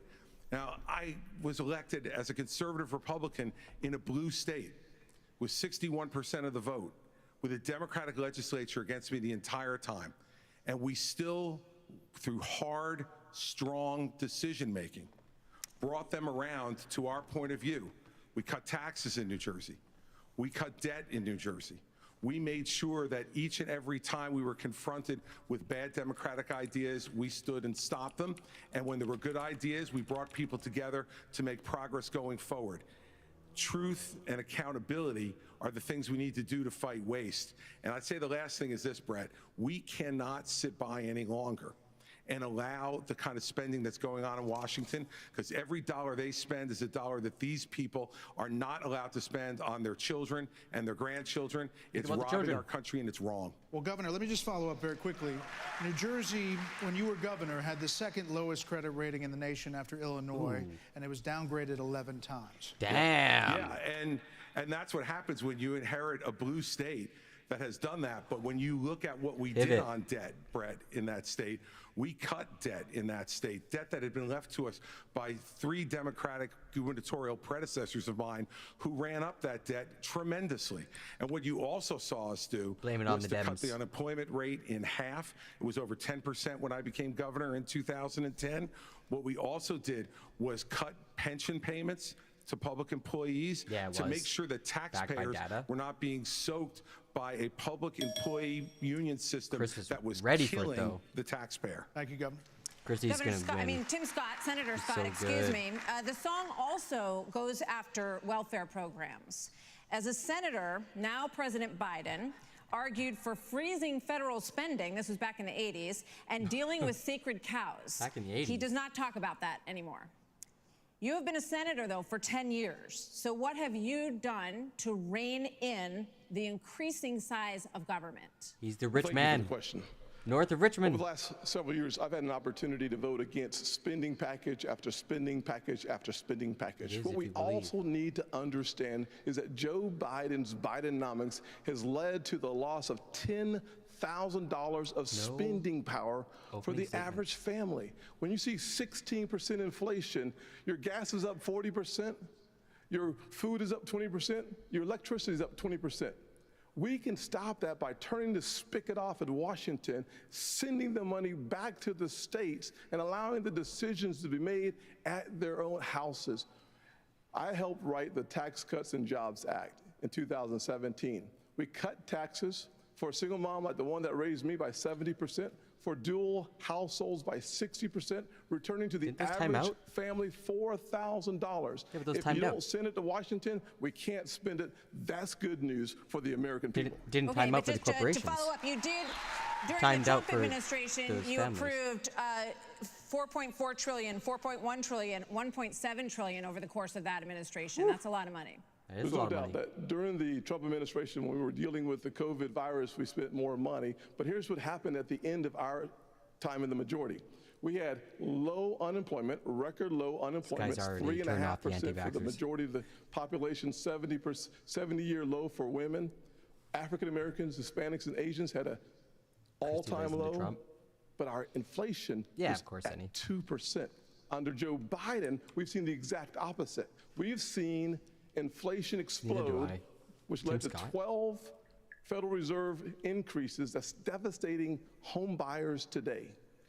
Mr. Ramaswamy, you're listening to these answers. If I may, hold on one second. I think Christie laying into Trump was described as like a kamikaze We'll be move. with you in a second. He'll be the only one who does it. Mr. Ramaswamy, listening to all of this, why should voters choose you over more experienced politicians on this stage? You're basically, a blank slate for people. You're 38 years old. You've said that you only voted in 2 presidential elections before this moment, this political race. So first, let me just address a question that is on everybody's mind at home tonight. Oh, there she is again. Who the heck is this skinny guy with a funny last name, and what the heck is he doing in the middle of this debate stage? I'll tell you, I'm not a politician, Brett. You're right about that. I'm an entrepreneur. My parents came to this country with no money 40 years ago. I have gone on to found multi-billion-dollar companies. I did it while marrying my wife, Apoorva, raising our 2 sons, following our faith in God. That is the prosperity American dream. gospel. And I am genuinely worried that American dream will not exist for our 2 sons and their generation unless we do something about it. And I do think Brett is going to take an outsider, because for a long time we have professional politicians in the Republican Party who have been running from something. Now is our moment to start running to something. our vision of what Whoa! it means to be an American Whoa! today. He's crushing it. You don't turn over the keys to the people who broke it again. You hand it over to a new generation to actually fix the problem. That's why Hand over to a new generation. That's right. That's my man. All right, to you, Governor Haley. Young and fresh. So why are you better positioned Nimble. to turn around this economy that we've heard all of these voters talking about tonight? Vice than Mr. President Ramaswamy, Pence who is waiting. a successful entrepreneur nationally right now, he's beating you in the polls. Well, I don't care about polls. Ouch. What I care about the fact is that no one is telling the American people the truth. The truth is that Biden didn't do this to us. Our Republicans did this to us too. When they passed that $2.2 trillion COVID stimulus bill, they left us with 90 million people on Medicaid, 42 million people on food stamps. No one has told you how to fix it. I'll tell you how to fix it. They need to stop the spending. They need to stop the borrowing. They need to eliminate the earmarks that the Republicans brought back in.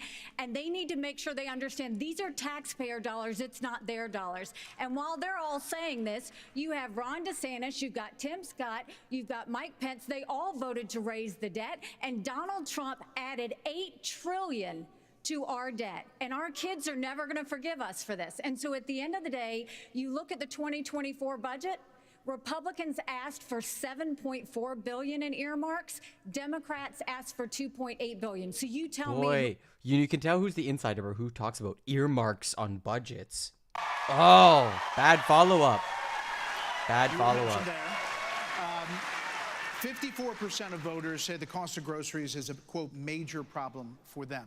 Right. You blamed the Biden administration spending for that increase. But as vice president, your administration spent more than any prior, $7.8 trillion added to the national debt, $3.5 trillion of that before COVID. So does that mean that you're part of the spending problem? It's Mike, don't hang me. Well, first of all, bro, thanks for the question. Pence. Thanks for letting me respond to a reference to our administration's record. I'm incredibly proud of the record of the Trump-Pence administration. I mean, in 4 short years, we rebuilt the military. You're We in a revived our criminal case economy. against We him. unleashed American energy. And we appointed 3 conservatives to the Supreme Court that gave the American people a new beginning for the right to life. Now, Martha, you asked earlier who's the most best prepared for this job.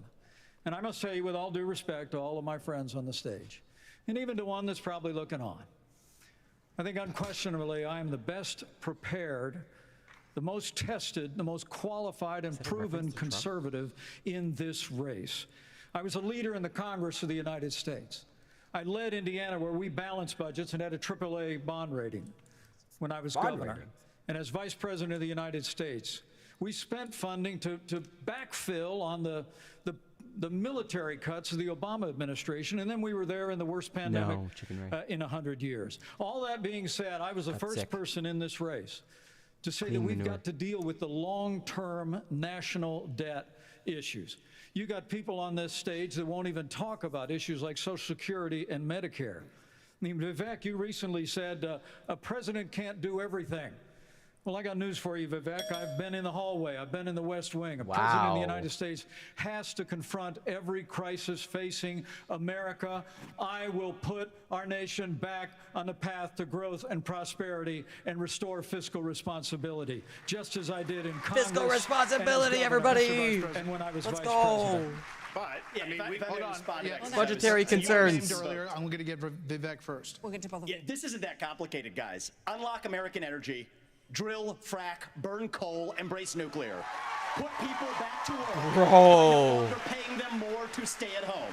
Reform the U.S. Fed, stabilize the U.S. dollar, and go to war. Simple. The only war that I will declare as U.S. president will be the war on the federal administrative state that is the source of those toxic regulations, acting like a wet blanket on the economy. So I'm not sure I Weak foreign exactly policy. understood Mike Pence's comment, but I'll let you all parse that out. For me, it's pretty simple. That's something a U.S. president can do with focus, and I'll deliver on it. Well, let me explain it to you. Let me explain it to you, Vivek, if I can. I'll go slower this time. I sometimes struggle with the reading Look, comprehension. I was a House conservative leader before it was take cool. that L? I actually pushed a Deficit Reduction Act. That was the last time we actually reduced the national debt in the United States when I was the leader of House conservatives. I balanced budgets and cut taxes when I was governor. I mean, look, Joe Biden has weakened this country at home and abroad. Now is not the time for on-the-job training.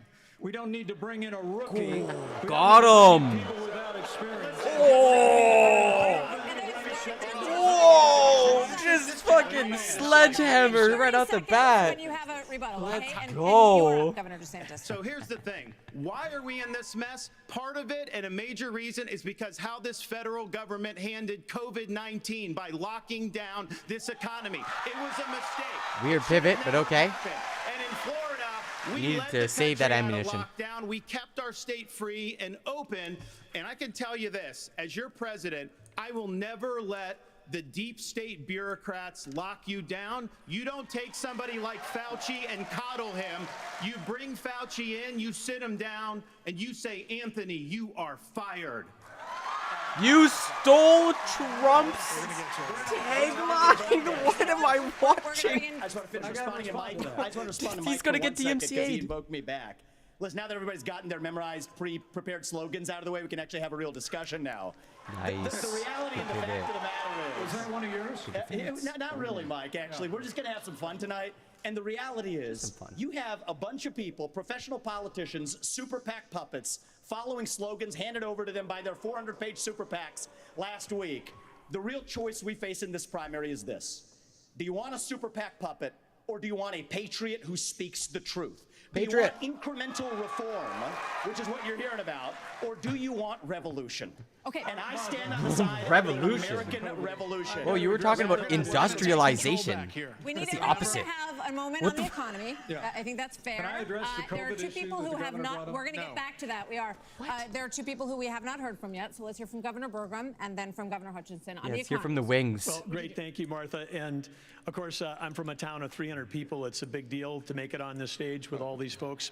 But Wow, your first comment is just wow. They were all wishing me well, and I think I took them a little too literally when they said, go to Milwaukee and break a leg. So, but I do want to he's say the one who hurt himself. on this, we're missing something. We can't just talk about the Biden economy because the economy, energy, and national security are all tied together. Of course, we're paying too much for our energy in our state in our country right now. But part of the reason why is because of the Biden policies on energy. We've got a plan right now, the $1.2 trillion of Green New Deal spending buried in the Inflation Creation Act is something that is just subsidizing China. If we're going to stop buying oil from the Middle East and start buying batteries from China, we're just trading OPEC for Sinopec. And then belatedly, the Biden administration says, no, we're going to put sanctions on Russian oil. Well, we put sanctions on Russian oil, well, then it's 20% off. Who's buying it? China. So if you buy a battery in this country, you buy a solar panel, it's being produced in a plant in China powered by coal, or it's being powered by oil and gas at 20% off. And every farmer in this country would like to buy diesel at 20% off, just like they're buying it in China. Governor Hutchinson. Wow, cheap gas. He's the cheap gas guy. I wonder if he believes in climate change or not. Thank you, Grant. Delighted to be here tonight. And let me just tell you that I'm a pro-life governor from a conservative state that have a conservative record in which I lowered taxes in Arkansas as governor. I created a $2 billion surplus that I passed over to my successor, and I made sure that we shrunk the size of government. We have 14% fewer state employees in Arkansas after I left government than when I took over as governor 8 years ago. Who let you in here? That's what we need in Washington, D.C. We need somebody who can actually constrain the growth of the federal government, that can actually reduce the size, and I've pledged to reduce by 10% our federal non-defense workforce. That's a specific pledge to make that attacks the administrative state. Right? Just running through the buzzwords. Let me applaud some of the business partners that are here that have had success in business. But let me tell you, I've been a federal prosecutor. I've served our country in terms of being head of the DEA, in Homeland Security, in times of crisis. And while I think... If you're enjoying this stream and you like poetry and music sometimes, I guess, give a follow or subscribe or tell a friend. You know, great stuff you'll find here on the Be Weird broadcast. If we play within the rules. Okay, next topic. That's More than what I call a 1,000 pitch. people are still unaccounted for in Maui. after the deadliest U.S. wildfire in more than a century. Hawaii's governor and White House officials said that climate change amplified the cost of human error. Whoa, climate change. And a tropical storm hit California for the first time in 84 years. The ocean hit 101 degrees off the coast of Florida. They're and talking in the last climate month, change? the This is wave the in first the issue? Southwest broke records nearly 50 years old. That's So awesome. Alexander Diaz from Young America's Foundation has a question for you all. Polls consistently show that young people's #1 issue is climate change. How will you, as both President of the United States and leader of the Republican Party, calm their fears that the Republican Party doesn't care about climate change? Wow! So we want to start on this with a show of hands. Do you believe in human behavior is causing climate change? Raise your hand if you do. Well, look, we're not school children. Let's have the debate. I mean, I'm happy to take it to start. You are school children! So do you want to raise You your hand? are school children! Oh my I don't think that's the way to do. So let me just say That's to so Alexander fucking funny. this. First of all, Holy one of shit. the reasons our country's decline is Ben because of the Shapiro way the Jr. corporate media treats Republicans versus Okay, I gotta refresh Democrats. this. Biden was on the beach while those people were suffering. He was asked about it, and he said More no Biden! comment. More Biden!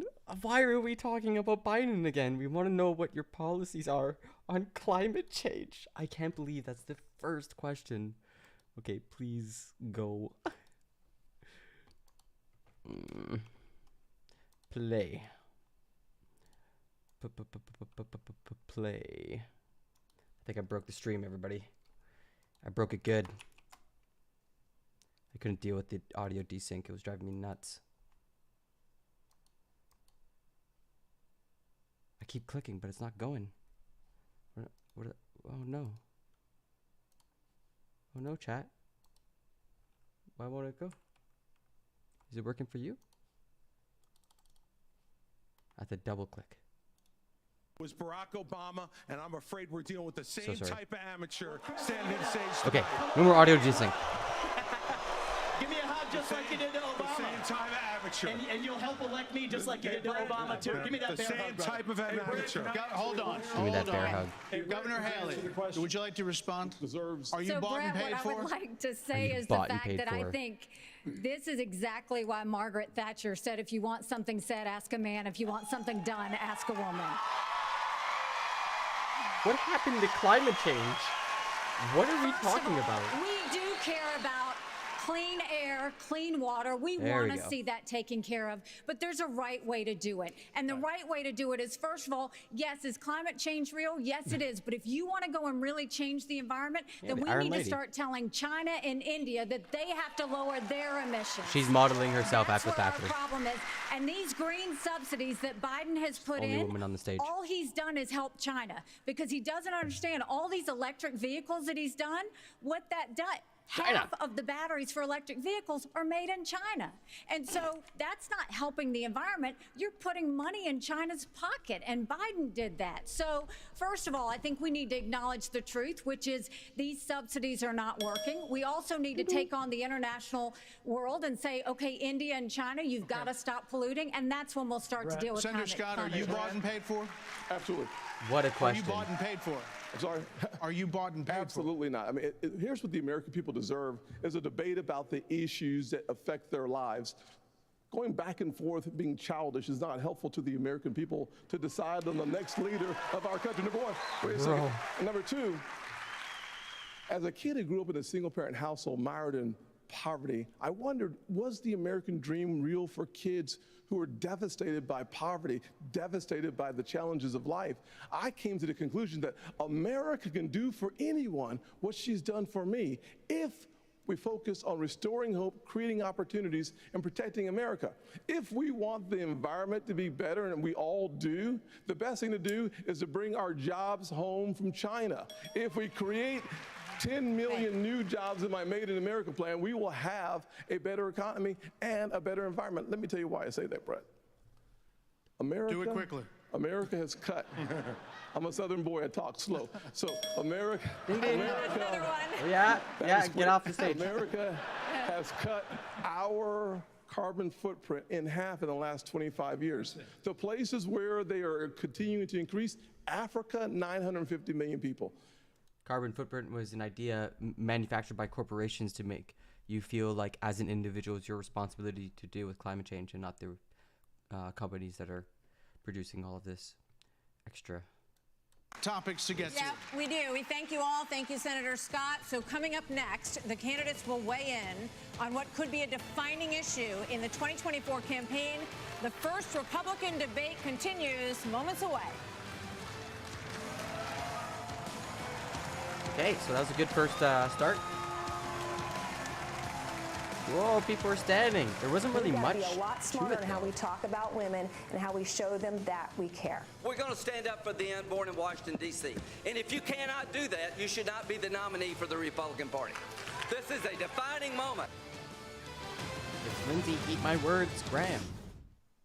Boy, if that's not an appetizer for what the rest of this thing's going to look like, I don't know what is. The glove's starting to come off right at the end of that, a tease for what's coming next. Guys, it was Bidenomics and it was climate change. Frankly, I was a little surprised by that second topic, but it was actually really interesting and unleashed a lot of commentary. Let me go around the horn. It's not another... Will Kane. It's not another country's problem like China or India. It's a collective issue with a lot of countries, like batteries made in China. Like, come on. Yeah, no, there's no way we're going to solve this. I'm sorry, Arcades. Like, it's just not going to happen. We're not going to get to the level of global consciousness required for collective systemic action to deal with climate change. I don't know. I'm pretty cynical now. That moment saying, this is what I would do to address the issue. Vivek then says he's the only one on the stage not bought and paid for. And Chris Christie accuses him of sounding like ChatGPT and being an amateur. And it's all fun and it's all sharp, Pete. It's sharp. But I do want to say this. The question was in the context of... I just love that there was a actual school children moment. Please raise your hands if you are like in the world of reality, and they basically threw a tantrum and we didn't get to find out where they stood on it. That's a good point. They did glaze over that. Unfortunately, because it's a commercial, we got to go fast. Tammy, your thoughts? Well, I thought Nikki Haley's response to that bickering between Vivek and Chris Christie was perfect, because that's the difference. It's like, are you going to have theater? Are you auditioning for a flex tape commercial? Or are you really going to deliver on leadership? And Ron DeSantis is trying in that regard, but there does seem to be a little bit of his big problem, a robotic, pre-thought about, planned approach. Maybe as the evening goes on, he'll loosen up a little bit, but I'm pleased with what I heard, including with Tim Scott. Great stuff from all of them, and we see what we don't like as well. Yeah. Sean. Who's got a so TV Vivek on is shining. in the background? He's loose. He's having fun, which is coming across the stage. But listen, when the question was asked about climate change, only Vivek answered it. He said, listen, it's a hoax. Everyone else was he like, did? We want to be cleaner. We want. I'm sorry, listen, if you can't say it's a hoax, you're going to buy into solar panels from China, windmills from China. You're going to buy into electric vehicles from China. Call it for what it is and be bold enough to say what it is. And Vivek is the only one who did that. The other good point I thought too, Pete, was when we're talking about spending.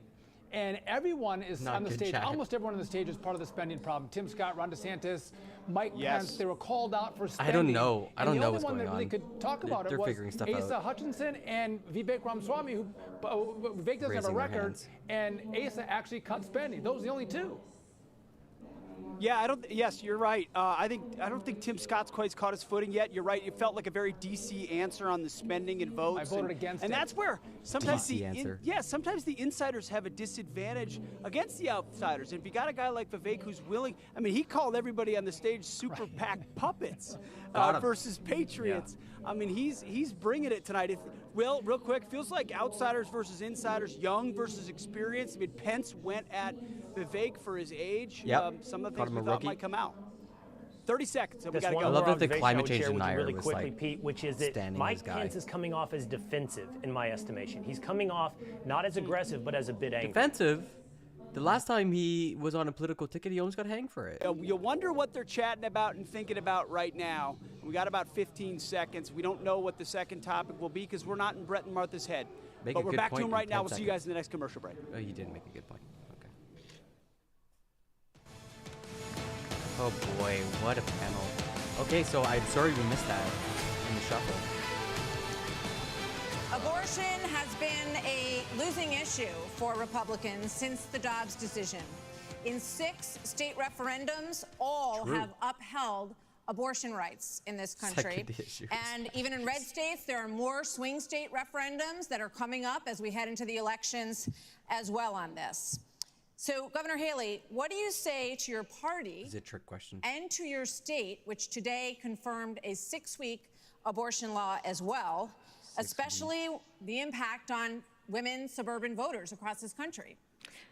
Thank you, Martha. I am unapologetically pro-life, not because the Republican Party tells me to be, but because my husband was adopted and I had trouble having both of my children, so I'm surrounded by blessings. Having said that, we need to stop demonizing this issue. This is talking about the fact that unelected justices didn't need to decide something this personal, because it's personal for every woman and man. Now it's been put in the hands of the people. Roe v. Wade. That's great. When it comes to a federal ban, let's be honest with the American people and say it will take 60 Senate votes. It will take a majority of the House. So in order to do that, let's find consensus. Can't we all agree that we should ban late-term abortions? Can't we all agree that we should encourage adoptions? Can't we all agree that doctors and nurses who don't believe in abortion shouldn't have to perform them? Can't we all agree that contraception should be available? And can't we all agree that we are not going to put a woman in jail or give her the death penalty if she gets an abortion? Let's treat this like a respectful issue that it is and humanize the situation and stop demonizing the situation. Overton window is like, Vice President Pence. Governor DeSantis, you signed a 6-week abortion ban in Florida. One of your biggest financial backers said that you need to, quote, shift to get moderates or you will lose. What do you say to him and others who say politically that is a tough thing to sell nationally? Well, I would say we sold the biggest election landslide victory in the history of the Republican Party in the state of Florida in 2022. That's what I did. We can win. But second of all, look, you got to do what you think is right. I believe in a culture of life. I was proud to sign the heartbeat bill. I remember one of the most impactful moments of my life was when I heard the heartbeat of my oldest daughter in my wife's womb and then saw the sonograms of all 3 of my kids. What the Democrats are trying to do on this issue is wrong, to allow abortion all the way up to the moment of birth. I know a lady in Florida named Penny. She survived multiple abortion attempts. She was left discarded in a pan. Fortunately, her grandmother saved her and brought her to a different hospital. We're better than what the Democrats are selling. We are not going to allow abortion all the way up till birth, and we will hold them accountable for their extremism. But just to be clear, Governor, would you sign a 6-week ban federally? Just like focus on the most. I'm going to stand on the side of life. Look, I understand Wisconsin is going to do it different than Texas. I understand Iowa and New Hampshire are going to do different. But I will support the cause of life as governor and as president. Vice President Pence, you're shaking your head. Hold on, Senator. Vice President Pence, you're shaking your head. Bunch of dudes eager to talk about abortion. I'm not new to this cause. After I gave my life to Jesus Christ as my Lord and Savior, I opened up the book and I read, "Before I formed you in the womb, I knew you. And see, I set before you life and death, blessings and curses. Now choose life." And I knew from that moment on, the cause of life had to be my cause. And I've been a champion for life in the Congress, a champion for life as governor and as vice president. And to be honest with you, Nikki, you're my friend, but consensus is the opposite of leadership. When the Supreme Court returned this question to the American people, they didn't just send it to the states only. It's not a states only issue, it's a moral issue. And I promise you, as President of the United States, the American people will have a champion for life in the Oval Office. Can't we have a minimum standard in every state in the nation that says when a baby is capable of feeling pain, an abortion cannot be allowed?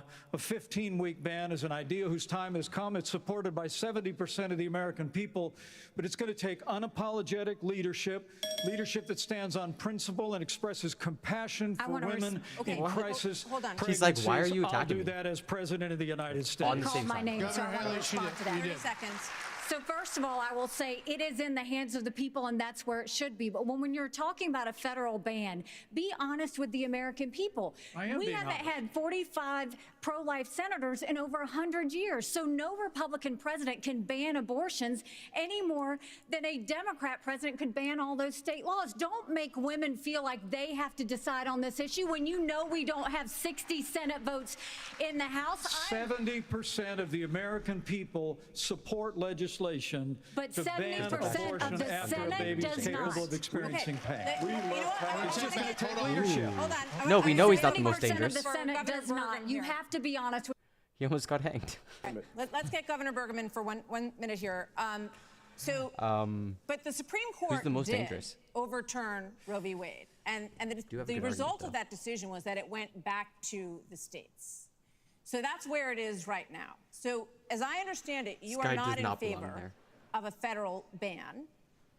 What do you say about the states? There's about 5 of them, including New Jersey, I think a few others, that allow abortion up until the time of birth, though. If you were president, would you be able to abide that? Well, first of all, I'm a pro-life governor of a very pro-life state. And this issue is, of course, very important. But I am on the record, and I stand behind states' rights, that we should not have a federal abortion ban. We should not. And the reason why we shouldn't is very simple. It's the 10th Amendment in the Constitution. In the Constitution, which the states created the federal government, not the other way around, it says that there were certain duties allowed to the federal government delegated to them by the states. The rest are left to the states, comma, or importantly, or to the people. We need to get back to freedom and liberty for the people in this country. And we can't have Republicans who fight for 50 years for this great cause to return it back to the states, and then the next day they turn around and go, no, the feds should do that, because the feds are stepping into people's lives, they're stepping into people's businesses. Over and over. If we say that the Fed should be in on this one, where do we stop? I say that we follow the Constitution, and this is returned to the states. This is where it should be. But Governor Burgum, you signed a 6-week ban. Time out. You signed a 6-week ban. Governor Burgum, you signed a 6-week ban. So you're saying federally, it's all going to go to the states. Yes, and what is going to work in New York will never work in North Dakota, and vice versa. That's why 50 states. That's why 50 states. This is too important of an issue that I have to address. First of all, the Supreme Court gave it back to the elected representatives, whether it's the states or whether it's the United States Congress. So there is authority, and that's why President Biden is pushing for a Democrat proposal, which is, in essence, abortion on demand through the term. So they have their extreme position at a national level. It's most likely going to be addressed in the states, but it's certainly fine for it to be addressed at the national level as well. Arkansas has the record of being the most pro-life state in the nation. I signed 30 pro-life pieces of legislation while I was governor. And every state can determine a different outcome here. And it is the most important issue for women and for the unborn child and for our country that we get this right. It's going to be a continued debate. Let's talk about it in terms of compassion, in terms of protecting the life, and also understanding how we have to enhance adoption services, how we have to enhance maternal care. Those things we've done in Arkansas and are important for our nation's future. There are a lot of issues that are very important. In his state? Senator, I'll let you weigh in. We cannot let states like California, New York, and Illinois have abortions on demand up until the day of birth. That is immoral. That doesn't happen. Nobody does that. Look at these fantasies. It's crazy, man. President of the United States on demand up up to to fight for at the minimum a 15-week limit. I am 100% pro-life conservative. I have 100% pro-life record. I got to tell you, though, we must fight for life. Our Declaration of Independence says our Creator gave us inalienable rights that include life. That is a list. That is an issue we must solve. We can't leave it to Illinois. We can't leave it to Minnesota. We can't leave it to Illinois. I feel you, Zenny. It's a good question. It's a good question, but look, Tim Scott's talking about it just as feverishly, you know? Who knows what he's like? Kamala Harris, are they for... At least you know Mike Pence is old and weak and bullyable. to be asking. All right, another issue is America and the crime crisis, the homelessness crisis. American cities are in decline. People are moving out as homelessness, drugs, crime move in. There are problems accelerated. They did accelerate during the pandemic and are still rising, actually. Murders in Los Angeles, New York, Chicago, all up 30% between 2019 and 2022. Homelessness is up 11%, the largest jump They sent in a recorded cameraman history. to go take Vice President pictures of Pence, homeless people. A lot of You this began pieces of shit. in the COVID era. How much of what we're seeing happening around this country is a result of those COVID lockdowns? And is your administration in part we're not to here blame for, for this is how we not. got here? Well, I think what's in part to blame is We're the not here for Democrats been wholesome talking about content, defunding Chad. the police for the last 5 years. And we ought to be funding law enforcement, particularly in our major cities, at unprecedented levels. I mean, it's extraordinary to think about the violence that's claiming innocent lives literally every week in every major city in this country. Law and order. And yet Democrats and liberal prosecutors in major metropolitan areas continue to work out their fanciful agendas, to do bail reform and go easy. What we need is strong commitment to law enforcement. We need leadership in Washington, D.C. that will marshal the resources of the states, marshal the resources of the American people. But let me also say it's about opportunity. I mean, a lot of people don't know that those Trump-Pence tax cuts that we got signed into law go away at the end of 2025 if we don't have a Republican president and a Republican House and a Republican Senate. When I'm president of the United States, we're actually going to cut taxes further. We're going to extend those tax cuts, and we're going to close the Federal Department of Education, block grant all that funding back to the states with a growing economy and educational choice and law enforcement. We will bring our cities back. Governor Christie, another issue. This weekend here in Milwaukee, reports say there were 30 shootings, and a number of them including kids. Add that to the big increase in school shootings around the country. Democrats blame this crisis on easy access to guns. They also blame Republicans for blocking gun control legislation. What would President Christie do?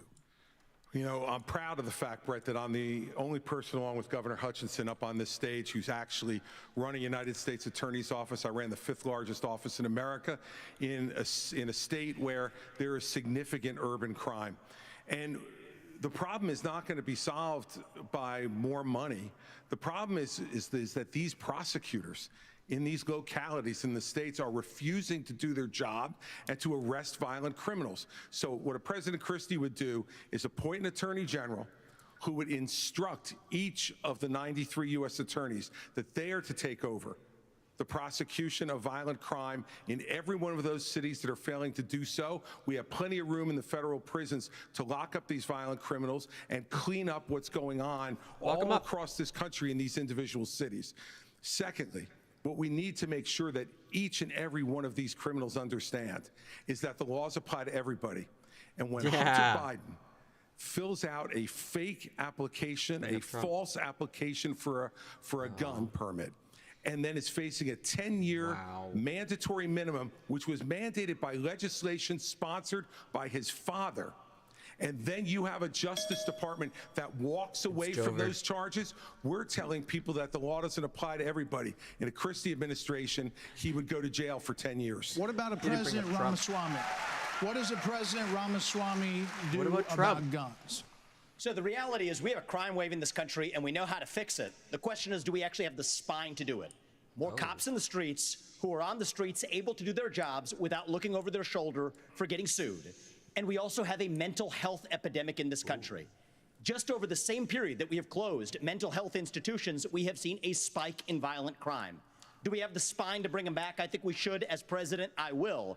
But it's not just drugging up people in those psychiatric institutions with Zoloft and Seroquel. It's a deeper issue. I think faith-based approaches can play a role here, too. No man can become a woman. We're in the middle of a national identity crisis. And I say this as a member of my generation. The problem in our country right now, the reason we have that mental health epidemic is that people are so hungry for purpose and meaning at a time when family, faith, patriotism, hard work have all disappeared. What we really need is a tonal reset from the top. saying that this is what it means to be an American. Yes, we will stand for the rule of law. Yes, we will close the southern border where criminals are coming in every day. And yes, we will back law enforcement because we remember who we really are. And that's also how we address that mental health epidemic in the next generation that is directly leading to violent crime across this country. Governor DeSantis, really quickly. Governor DeSantis. We don't have an identity crisis, Vivek. We're not looking for a new national identity. The American people are the most faith-filled, freedom-loving, idealistic, hardworking people the world has ever known. We just need government as good as our people. Well, Mike, I think the difference is you might have, some others like you may have on the stage, it's Morning in America speech. It is not Morning in America. We live in a dark moment, and we have to confront the fact that we're in an internal, sort of cold cultural civil war. And we have to recognize the American people with the failed government in Washington, D.C. We just need government as good as our people again. So, let me just finish addressing that slogan, because I don't know what that slogan means. We need to shut down the administrative state. That's actually how we translate it. Crime has been on the rise in Florida, Governor DeSantis. How do you stop crime? Well, actually, crime's at a 50-year low Not in Florida. not in Miami. We're happy with that. Well, the statewide, it's a 50-year low. And so here's the thing. These hollowed out cities, this is a symptom of America's decline. And one of the biggest reasons is because you have George Soros funding these radical left-wing district attorneys. They get into office and they say they're not going to prosecute crimes they disagree with. The inmates start running the asylum. There's one guy in this entire country that's ever done anything about that. Me. When we had two of these district attorneys in Florida elected with Soros funding who said they wouldn't do their job, I removed them from their posts. They are gone. And as president, we are going to go after all of these people because they are hurting the quality of life and they are victimizing innocent people in every corner of this country, and it will stop when I get into office. Okay. No one's gotten rid of crime completely. Martha, I just thought it was interesting. You asked your question about the problems we're having in big cities. Nobody ever asked the question of what about the crime wave in small towns? Because in a small town, neighbors help neighbors. People understand each other. If a farmer gets sick, everybody comes together and helps him get the crop off. There's accountability. There's transparency. One thing that I think this country could use is somebody in the White House that understands small town values, because that's our road back to get this country on track again. That man just described socialism. As former head of the DEA, I understand the drug crisis in America. And right now, whenever you look at the challenges in our inner city, there's three simple words that would be helpful. One, enforce the law when it comes to crime. Secondly, let's deal with the challenge of fentanyl. And it's both about stopping the fentanyl coming from Mexico, but it's also about education of our young people, making sure that we have the tools that are needed for addiction counseling. That's what we expanded in Arkansas as well. Whenever you look at the underlying challenge of America, though, no one likes to see an America with smash and grab in our inner cities. As President of the United States, that will stop. It starts at the top with the respect for our justice system that a former president who's under indictment has undermined by attacking judges, by attacking prosecutors, by attacking the system and saying he's aggrieved. And so we have to have respect for our justice system and the rule of law, and it starts at the top with the President of the United States. We're going to take a break. Coming after Trump. So, Let's speaking go. of that, right now you are looking live at Fulton County Jail, where former President Donald Trump will be processed tomorrow. Awesome. So next, the candidates will have an opportunity to talk about the coming trials of Donald Trump.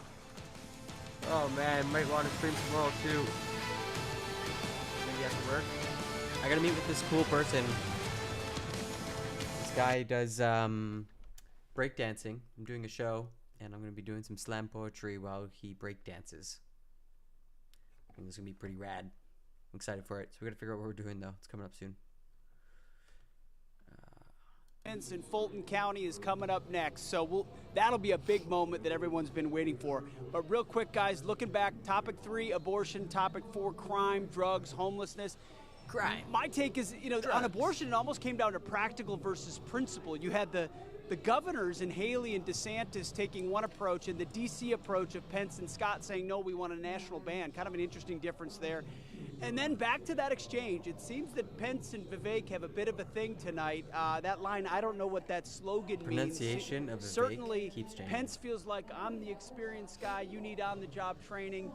Pretty interesting. You can see how the crowd responded to that. Let's go in opposite order this time. Sean Duffy, your takeaways. Yeah, so on the abortion issue, interesting in that Nikki Haley is saying we're going to build a consensus. Pete, there's no consensus on abortion. You're not going to find consensus. That's a stupid answer. Ron DeSantis was asked, will you sign a 6-week ban? He wouldn't answer the question. If you're not going to sign it, that's okay. Or if you don't think there should be a federal ban, it should be in the states, that's okay, but answer the question. How come you deleted your message? Why'd you delete your message? He showed conviction and he was dedicated to the cause. And in a primary debate, that's incredibly important, I think, for a lot of Republican primary voters, the issue of life. It's a good point. I think he did have a strong answer on that. What do we think? Nikki Haley looking pretty good there across the board. Will, what do you think? What's your take? This guy's just fishing Fewer for fireworks. answers. I thought it leaned into policy more, and I thought actually Ron DeSantis sounded authoritative. I think that's what plays into his wheelhouse, to talk about policy and policy that was put into place in Florida. But now the real challenge starts for DeSantis and everybody else on that stage. Now you have to spend the next segment talking about Trump. Yeah, I can't wait. This is going to be the good section. For sure. Wait, what are we Tammy, doing? your Let's go check out what Trump. takeaways. Let's go. Well, yeah, while this is happening, this is boring. Let's go see what's going on the Twitter. The Tucker Carlson. Right?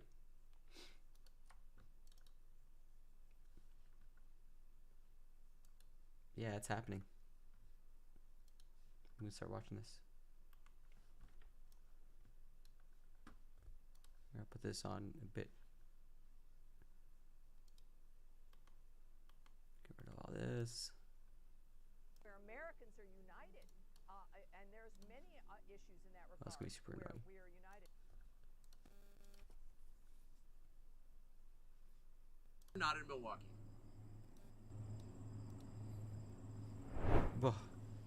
Mr. President, thanks for joining us. Thank you. Why aren't you at the Fox News debate tonight in Milwaukee? Well, a lot of people have been asking me that, and many people said you shouldn't do them, but you see the polls have come out, and I'm leading by 50 and 60 points. And, some of them are at 1 and 0 and 2. And I'm saying, do I sit there for an hour or 2 hours, whatever it's going to be, and get harassed by people that shouldn't even be running for president? Should I be doing that? Not my president. And a network that isn't particularly friendly to me, frankly. They were backing Ron DeSanctimonious like crazy, and now they've given up on him. It's a lost cause. It reminded me very much of 2016. In 2016, I went through the same stuff and had to fight them all the way, and then they became very friendly after I won, or just about when I was winning. But I just felt it would be more appropriate not to do the debate. I don't think it's right to do it. If you're leading by 50, 60, I have one problem leading by 70 points, and I'm saying, why am I doing it? And I'm going to have 8 people, 10 people, whoever made the debate, I don't know how many it is, but I'm going to have all these people screaming at me, shouting questions at me, all of which I love answering, I love doing, but it doesn't make sense to do them. So I've taken a pass, as you probably noticed. Well, I did. I'm grateful that you did. It's interesting, though, because you spent a lot of your career in television. Yeah. You had a top show in television on NBC. But you don't feel the need now running for president to do television, obviously. Do you think television is declining?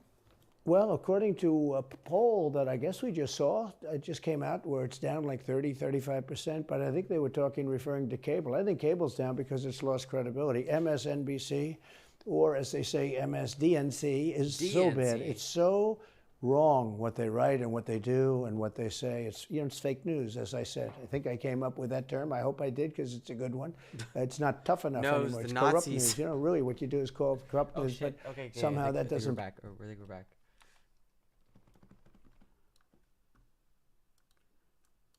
Trump is so. The elephant not in the room. Yeah, the elephant not in the room. They called him an elephant. Trump has been indicted in 4 different states on 91 counts. He will be Liars. processed tomorrow in Georgia at the Liars. Fulton County Jail for charges relating to the 2020 election loss. you all signed a pledge to support the eventual Republican nominee. If former President Trump is convicted in a court of law, would you still support him as your party's choice? Please raise your hand if you would. Mike Pence! Look at Mike Pence weekly. What? He's like, So just to be clear, he Governor did try to Christie, you were hang me kinda last late to the time. game there, but you raised your hand? No, I'm doing this. Look, I'm doing this. And not I know this. you didn't. Whoa. No. What's And the look, Chris Christie, come on. Look, here's the bottom line. Someone's got to stop normalizing this conduct. Okay? Now, let's go. And now, Fake whether or not you believe that the criminal charges are right or wrong, the conduct is beneath the office of President of the United States. Let's go. And who gives a shit if it's legal, even though it wasn't? This is the great thing about this country. Booing is allowed, but it doesn't change the truth. It doesn't change the truth. Mr. Ramaswamy, Get him. you raised your hand supporting. No, I'd like to get in and respond. Let's just speak the truth, okay? President Trump, I believe, was the best president of the 21st century. It's a fact. And Chris Christie, honest to God, your claim that Donald Trump is motivated by vengeance and grievance would be a lot more credible if your entire campaign were not based on vengeance and grievance against one man. Get him. And if people at home want to see a bunch of people blindly bashing Donald Trump without an iota of vision for this country, they could just change the channel to MSNBC right now. But I'm not running for president of MSNBC. I am running for president of the United States. We're skating on thin ice, and we cannot set a precedent where the party in power uses police force to indict its political opponents. It is wrong. We have to end the weaponization of justice in this country. 30 seconds, Governor DeSantis. Let me take I'm sorry. 30 seconds, Governor Christie. You make me laugh because Goes both ways, brother. you sit here in an answer. You sit here in an answer right. Hold on one second. Vivek crushes him. Chris Christie's dead. You sit here in an Gun. answer. Done for. Cooked. Go ahead, Governor He's Christie. cooked. Hold on, Governor Christie. He's cooked. Well, so listen, the more time we spend doing this, the less time they can talk about issues you want to talk about. Wow. So let's just get through this section. Bully the Governor crowd. Christie. Come on, You sit children. here talking about how you want to stand up for the rule of law. Yes. And law and order. And the fact is that it can't be selective. In your book, you had much different things to say about Donald Trump than you're saying here tonight. That's not true. Well, it is very true. That is not It's true. very true. I read it, Because and there's I know. a difference Look, between I bad know. behavior and illegal By the way, behavior, Chris. And you as a by the way, prosecutor should know better. Yeah, you know what? I know a lot There's better. a difference between I bad know, behavior. And I know a lot better than you do. You've never done it like you've never done anything to try to advance the interests of this government except to put yourself forward as a candidate tonight. And here's the thing. We've Get stood him. up for law and order. I did it as U.S. attorney. I did it as governor. And I am not going to bow to anyone when we have a president of the United States who disrespects the Constitution. He said, Get your MSNBC Get him. he said, these are politicized indictments. Defend the president, Vivek. It's important to say that the president said, Donald Trump said, it's okay to suspend the Constitution. Now, the oath you take is to preserve, protect, and defend, not suspend. I will always stand up for our Constitution, regardless of the political pressure. We have another question for you. We're going to get everyone Principled in on this issue, Chris but Christie, I have let's another question. go. I have another question. Hold on. You Not even Mike Pence All right. So could say that. President Trump's former vice president is on this stage tonight. He has faced hecklers on the campaign trail over his actions on January faced the a 6th. hanging. On that day, the vice president moved forward with the certification of the election. So do you believe that Mike Pence did the right thing, Senator Scott? Do you believe he did the right thing? Absolutely. He did the right thing. Number one. Number two. He's a witness in the trial against Trump right now. Bigger question about the weaponization of the Department of Justice. When I'm president, the first thing I'll do is fire Merrick Garland. Second thing I'll do, fire Christopher Wray. because we need Lady Justice to wear a blindfold. Without that, no one has confidence in our justice system. 17% of Republicans have confidence in our Department of Justice. Here's why. We keep seeing not only the weaponization of the Department of Justice against political opponents, but also against parents who show up at school board meetings. They're called, under this DOJ, they're called domestic terrorists. Firing Christopher but that's not, but that's not shut down the FBI. Actually have the courage to get it right. Mr. Ramaswamy. What are these? Yes. This guy's running all over the place. That, in addition to that, we see the SWAT team show up at pro-life activist homes with guns drawn because this DOJ uses their power, uses their authority, not just against political opponents, but against conservatives and conservative causes. It is time for a change in America, and I will bring that change to the greatest nation on God's green earth. We have an important But Governor question DeSantis, do you answer. believe that Mike Pence did the right thing on January 6th? So here's what we need to do. We need to end the weaponization of these federal agents. But Dodge. that's Dodge. I know, but Dodge. here's the thing. I know. This election is not about January 6th of 2021. It's about January 20th of 2025 when the next president is going to take You gotta office. look forward. I know what the Democrats would like Not to backwards. do. They want to talk about all these other issues, but we've got to focus on your future. We've got to focus on reversing the decline of our country. I learned in the military, I was assigned with U.S. Navy SEALs in Iraq, that you focus so on the funny to mission watch. above all else. You can't get distracted. So Republicans, we've got to look forward, and we've got to make sure that we're bringing the message that can win in Do you think November Mike Pence did the right thing? Did not answer the question. Vice President Did not answer the question. Didn't even come The close. United States is to support and defend the Constitution of the No United States. I think the American people deserve to know whether everyone on this stage agrees that I kept my oath to the Constitution that day. Yeah. There's no more important. Chuck, yeah. So answer the Chuck, yeah, brother. Raise your hand. I've answered this before. So yes. Why are we? Mike did his duty. I got Ah. no beef with him. But here's the thing: is this what we're going to be focusing on I'm relieved. going forward? The rehashing Mike did of his this. duty. I'll tell you, Governor the DeSantis, Democrats would love that, and they will win if we let them get away with it. I'm not letting. What a pivot. Oh, God. And the crowd goes wild. We're going to hold him accountable. Let me just say, Governor DeSantis, we spent an hour talking about policy. Former President Trump is beating you by 30, 40 points in many polls. Crushing so you. it is a factor in the GOP primary. Yeah. Governor Hutchinson, you did not raise your hand. I did not raise my hand because there's an important issue we as a party have to face.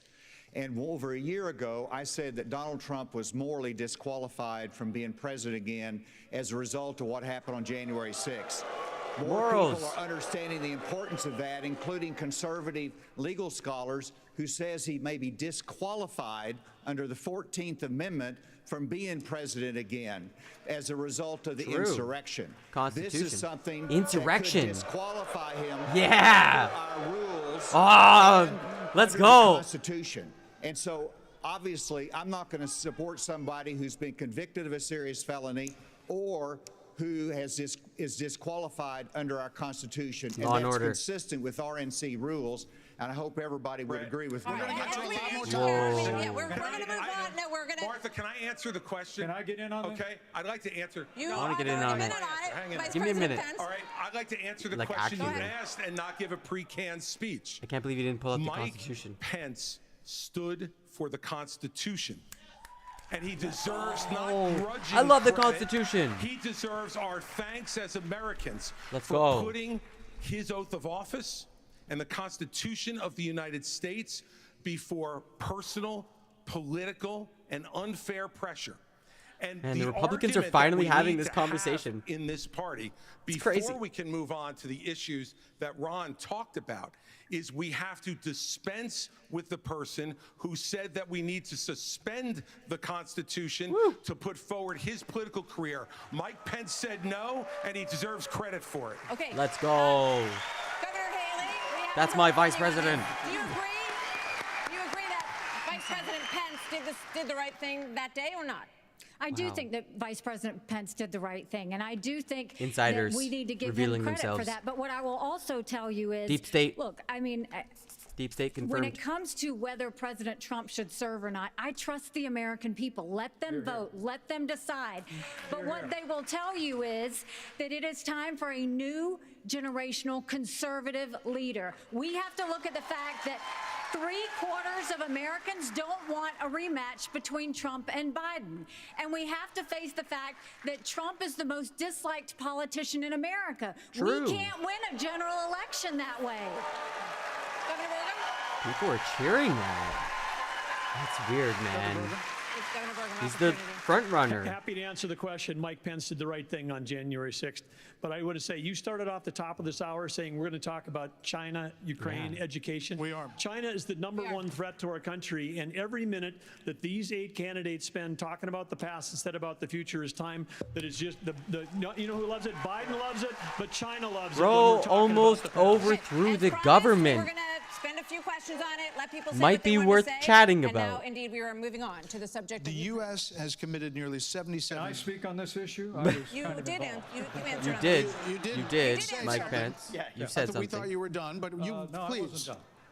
Well, Mike, why don't you Please. say this? Join me in making a commitment on. that on day one you would No. pardon Donald Trump. I'm the only candidate on the stage who had the courage to actually say, Oh, Vivek just "How we move eats our the nation vacuum. forward I don't know and why turn the you page assume forward." that That's Donald exactly Trump right. will be convicted of these crimes. You should Yeah. be able to make a commitment. The same justice system that was this Vivek, here's corrupt. the difference between you and me. Yeah, I'm not a professional politician. That's the difference. Who can answer a question? I've actually given pardons when I was governor of the state of Indiana. It usually follows a finding of guilt and contrition by the individual that's been convicted. So, look, if I'm president of the United States, we'll give fair consideration to any pardon request. But if I may, you know, it's not about looking back at January 2021. It's about January 20th, 2017. I put my left hand on Ronald Reagan's Bible. I raised my right hand. And I took an oath to support and defend the Constitution of the United States. And it ended with a prayer, so help me God.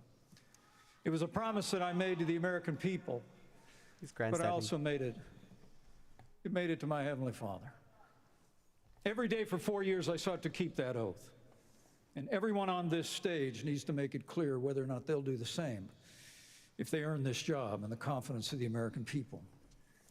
Now, look, I've made it clear. I had hoped that the issues surrounding the 2020 election and the controversies around January 6th had not come to this, had not come to criminal proceedings. I would rather they had been resolved by the American people and the American people alone. But no one's above the law, and President Trump is entitled to the presumption of innocence that every American is entitled to, and we will make sure and extend that to him. But the American people deserve to know that the president asked me in his request that I reject or return votes unilaterally, power that no vice president in American history had ever exercised or taken. He asked me to put him over the Constitution. And I chose the Constitution, and I always will. I had no right to overturn the election, and Kamala Harris will have no right to overturn the election when we beat them in 2024. Whoa.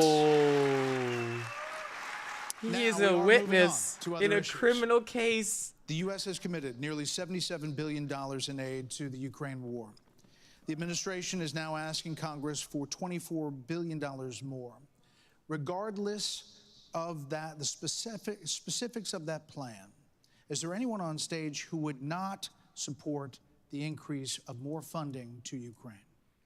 We I would not support it. Europe needs Wow. to step up. I mean, I would have Europe step up. Bro, Russia stands. Mr. Ramaswamy, but you're saying you would not too, Governor DeSantis? I will have Europe pull their weight. Right now, they're not doing that. You would not support and I think more we need funding? to do, and I think our support should be contingent on them doing it. And I would have Really? support in China to be able to take China and do what we need to do with China. Mr. Ramaswamy, you would not Sounds support like an a increase child. of funding to Ukraine?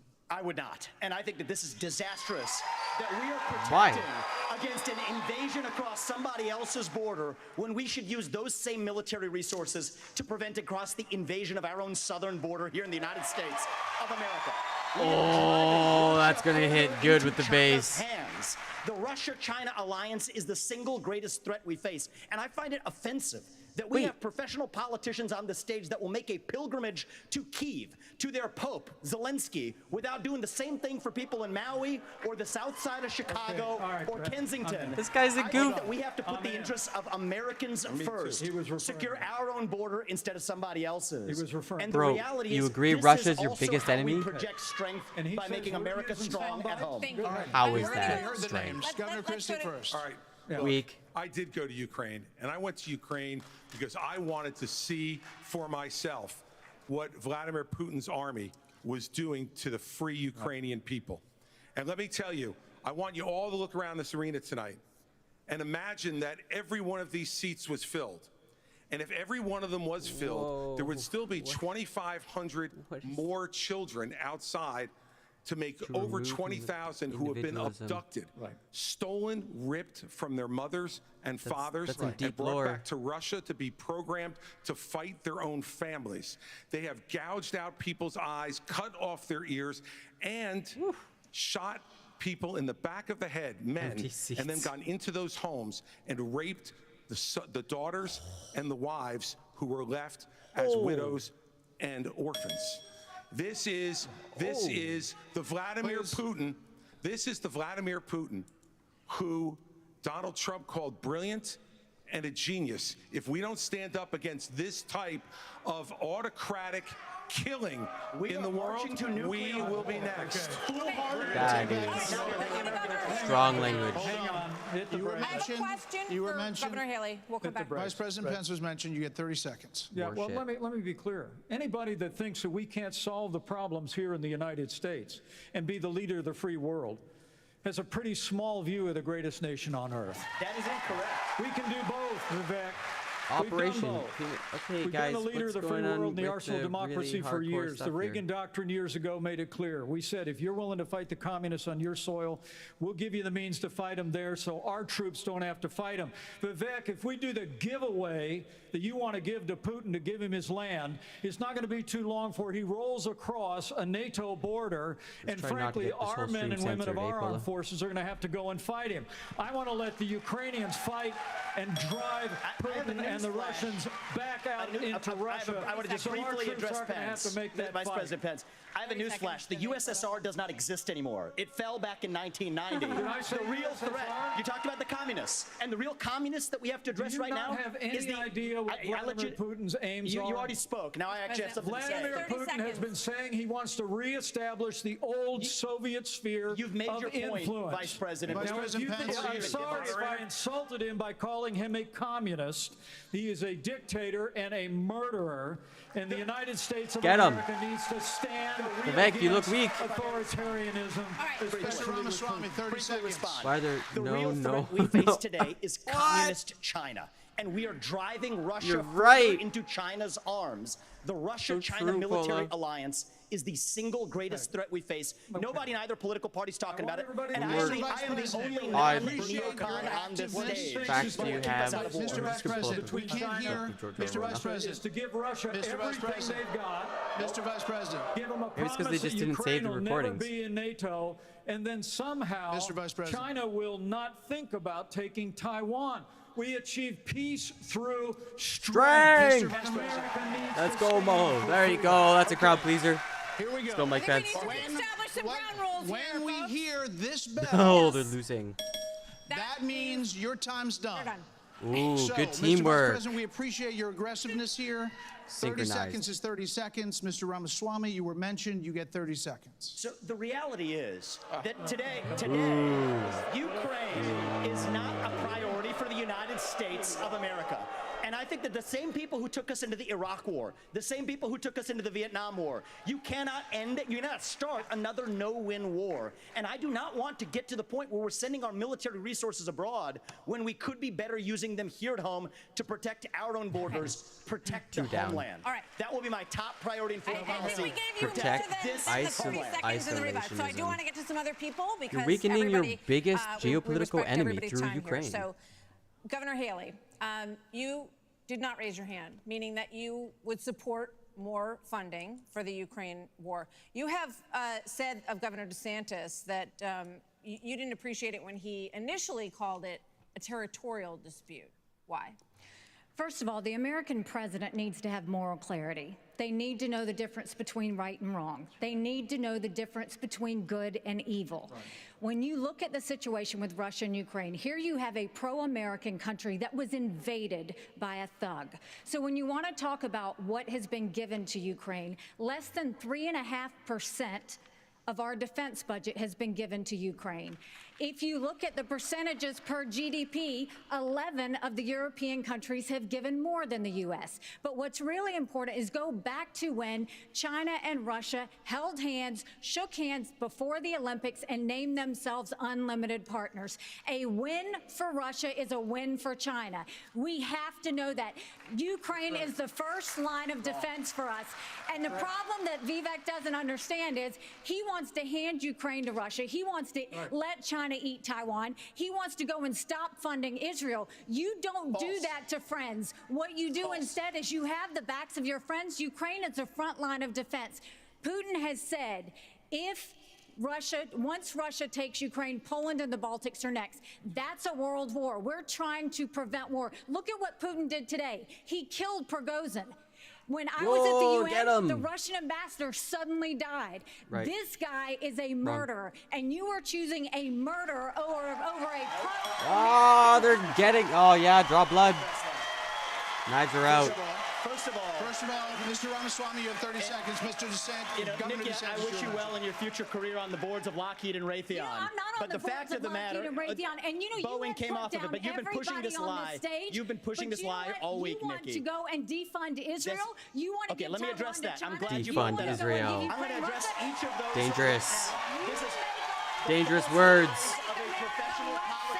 Defund Israel? Oh, Vivek's looking weak now. You have no foreign policy experience, and it Get him. You know what?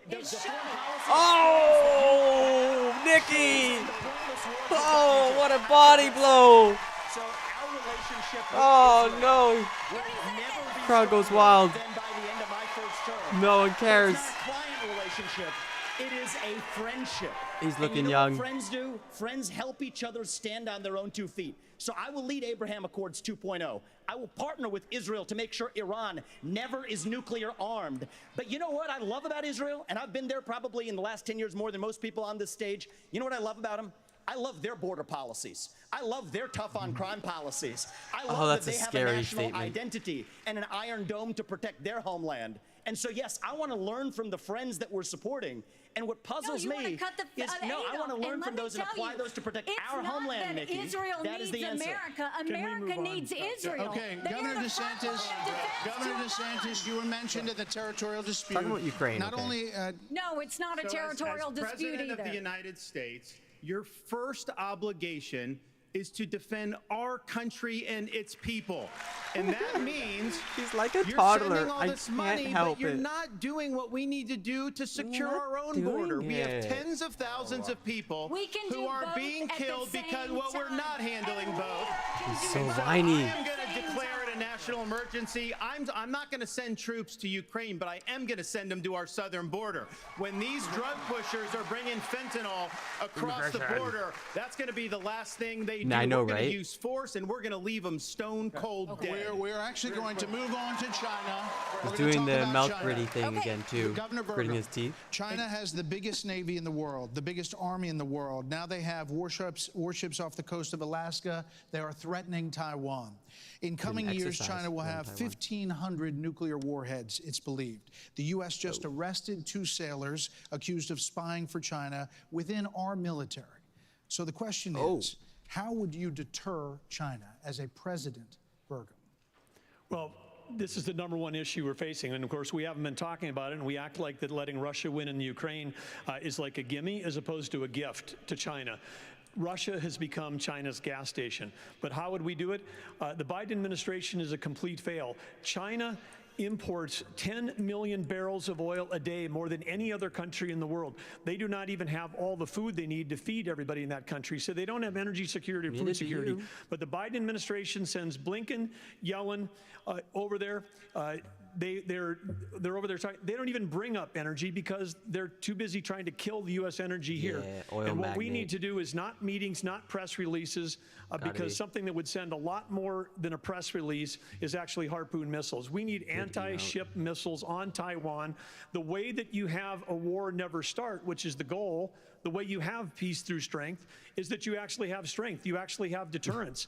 And what we have in what we've got going on in Ukraine is an example of when deterrence fail. What is an example there of Biden's disastrous withdrawal from How is it Afghanistan? failing? The fact that he green-lighted Putin moving into Ukraine, and then now they see weakness, and when they see weakness, they make a move.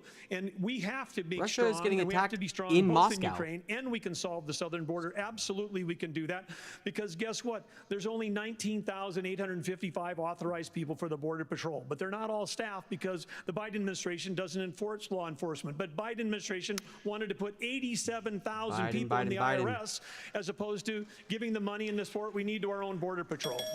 Okay. Yeah, he's worried about the IRS coming to tax him. Same question.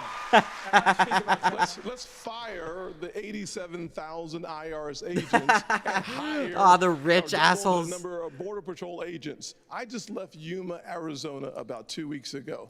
The most pressing need of the American people from a national security standpoint is our southern border. It has led to the death of why are we talking about 70,000 immigration? Americans because of fentanyl. Plus 6 million illegal crossings since President Biden has taken office, and 200 people on our national security watch list have been caught at our border. How many have not been caught at our southern Americans just border? If craving we a just war they spend can win? $10 billion, we could finish the wall. Mirzinski? For $5 billion more, No, I knew he we would be could have strong, the but he got bodied military-grade really technology badly by to Nikki. surveil our southern border to stop the flow of fentanyl And Pence took him save to task. 70,000 Americans a year. That should be the priority of this government. And as the next president of the United States, I will make that border wall complete. There are many more questions on China. I No, do want I to want to ask say about. I want to say I couldn't Not agree doable. more. It's not just the 70,000 from fentanyl. We've lost 200,000 people to overdoses since Biden took office. That's 300 Yeah, he had a people a strong day. start, We're but- taking mass casualties, and that's a statistic, but these are sons and daughters, nieces and nephews that we're losing.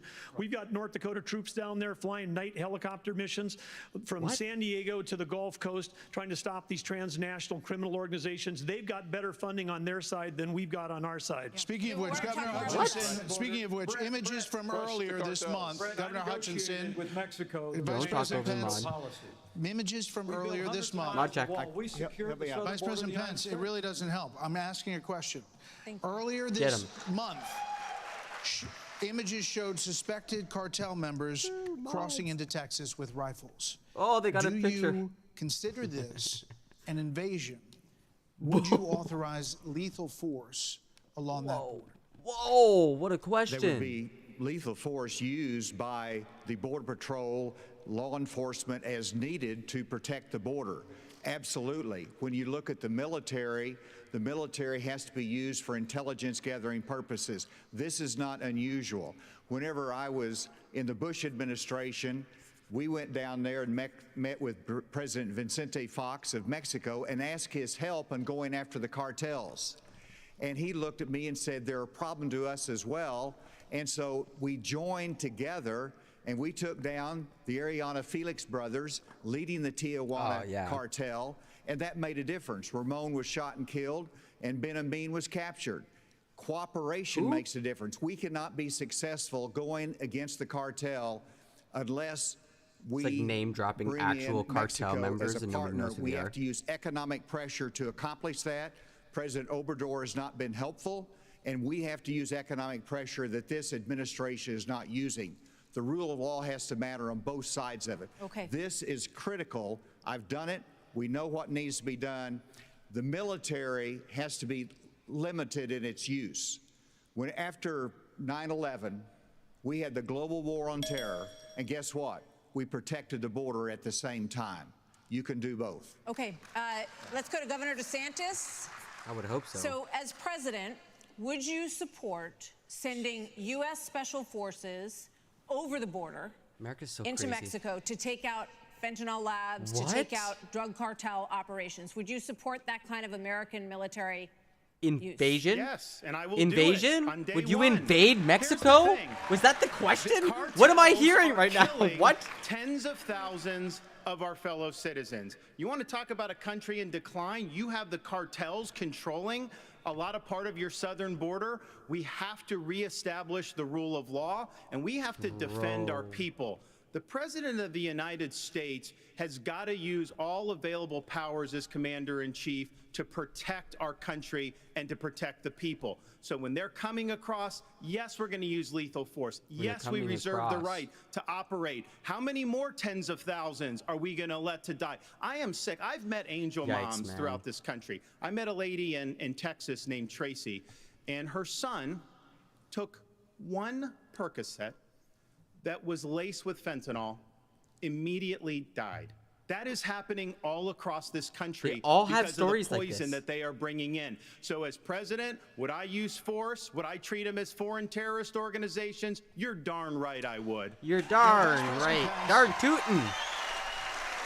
Vice President Pence, You bet why your would bottom be dollar better there, eh? At this issue than Governor DeSantis. Governor DeSantis on the campaign trail refers to your The drug cartels are administration from as Mexico. not finishing the wall. Coming over the border. Right.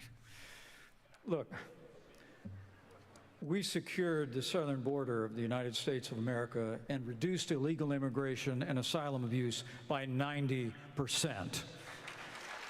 When Joe Biden took over, he threw open the southern border of the United States, and the wave of humanity, the wave of fentanyl that's been eloquently described here is a wave of human tragedy across this country. But Martha, you began this evening talking about who is best prepared to be the next president of the United States.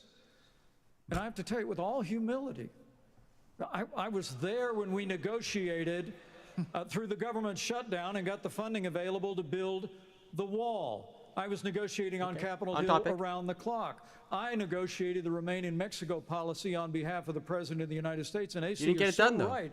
It's because we used economic pressure to bring the Mexicans to the table, and they allowed us to have people wait in Mexico while they applied for asylum and ended asylum abuse overnight. We got the Mexicans to deploy their National Guard to their southern border and to our southern border as never before. And I want to promise you, as President of the United States of America, I will engage Mexico the exact same way, and we will partner with the Mexican military, and we will hunt down and destroy the cartels that are claiming lives in the United States of America. Okay, thank you.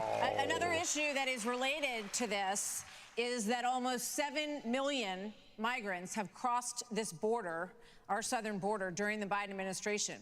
So, Governor Christie, what would you do about the 7 million who are here? How would you handle them? What would you do? Look, Martha, the first thing we need to do is to stop any more from coming. That's the first thing we need to do. Then the next thing we need to do with the folks that are here is to, again, as we've talked about all night tonight, we have to have law and order in this country. We have to enforce the law. And what that means is to make sure that people who come here illegally are not rewarded for being here illegally. We have so many wonderful people from around the world who are waiting in line, following the law to try to come here and pursue the American dream. And those people are waiting and waiting and waiting because we haven't dealt with the problem of the folks who are here. We have to have them detained. We have to make sure that they are not rewarded for having broken the law. And one last thing on this fentanyl issue. With China, we can't take our eye off of that ball. Right. Yes, it's important that we secure the border. Very important, as I just said. But China is sending these chemicals to these drug cartels for them to create the fentanyl that is killing hundreds of thousands of our citizens. The Chinese are engaging in an act of war against us, killing our citizens. We better make that priority one in our conversations with China and to try to straighten that relationship out, because if we don't, we're going to lose more and more of our citizens. I just want to clarify, would you send those people back? Of course. You'd have to. We have a lot of issues that Americans care about. Next up, we're going to talk about the crisis in education, as millions of American children are not proficient in reading or math. After this. also more likely to die to a firearm than cars for the second year running. Okay, let's check back in on the interview. Looking forward to the topic of education in a moment, but These guys, clowns are let's boring. show. I think we've got it. This, if anything, this block was the hand-raising block, and it Players nicely, but it is corrupt news. So you have some ice cream. MSNBC and you have CNN, who's absolutely doing no ratings at all. I mean, they're dead. But they're doing none because they don't have credibility. They really don't have credibility. Fox is way down, as you know. And the good old days are long ago. I will say this, it could come back, but they just don't have a lot of credibility. Tucker, you know that perhaps better than anybody. I think it was a terrible move getting rid of you. You were #1 on television, and all of a sudden we're doing this interview, but we'll get bigger ratings using this crazy forum that you're using than probably the debate or competition. When you say there are people on stage who shouldn't be running for president, who do you mean? Well, I don't want to really use names, but it wouldn't matter too much. A guy like, I call him Ada Hutchinson. It's Asa, but I call him Ada. Why do you call him Ada? I could tell you, but I don't want to get myself in a little trouble. But he's weak and pathetic, and he was, I never understood the guy, never knew him. He was the governor of Arkansas, not a very popular guy. I don't know how but that state is such a great state. The people are so incredible in that state, and they love me and I love them. How does this guy get elected governor of Arkansas? But he's nasty always and has been. A guy like Chris Christie, the guy left with a 8%, think of it, 8% approval rating in New Jersey. Now he's running for president. And he runs solely on the basis, oh, let's get Trump. He's like a savage maniac. He's like a lunatic. And that's all he talks about. His poll numbers are very, very low. He's about 2%. What's he like? You know him well. No, I've been friendly with him over the years, but I couldn't give him a job because I just never trusted him very much. I was just never one of his people that really trusted him. I never gave him the job. And that's one of the reasons he feels so hurt and so betrayed. And I understand that. I really do. I understand it. But I never gave him. You know, he wanted to be different things. He was looking at different elements of the administration. And we decided, I decided just, I didn't want to do it. And now I'm glad I did because you see. But, you know, we had some great people. I had great people. We'll have even better people if we do this because now I know Washington. Before I didn't know Washington. But guys like Bill Barr were terrible. I mean, they were, I would say, Bushies. I say that with respect to the Bush family, but they were Bushies, and just it doesn't work out for us. It was clear, this is kind of far afield, but it was just interesting. I read Barr's account of his time. He wrote a book about it, right? His autobiography. And in it, he lies about Jeffrey Epstein's death. Clearly lies. Spicy. Do you think Epstein killed himself sincerely? Oh, spicy. I don't know. I will say that, you know, he was a fixture in Palm Beach. Yeah.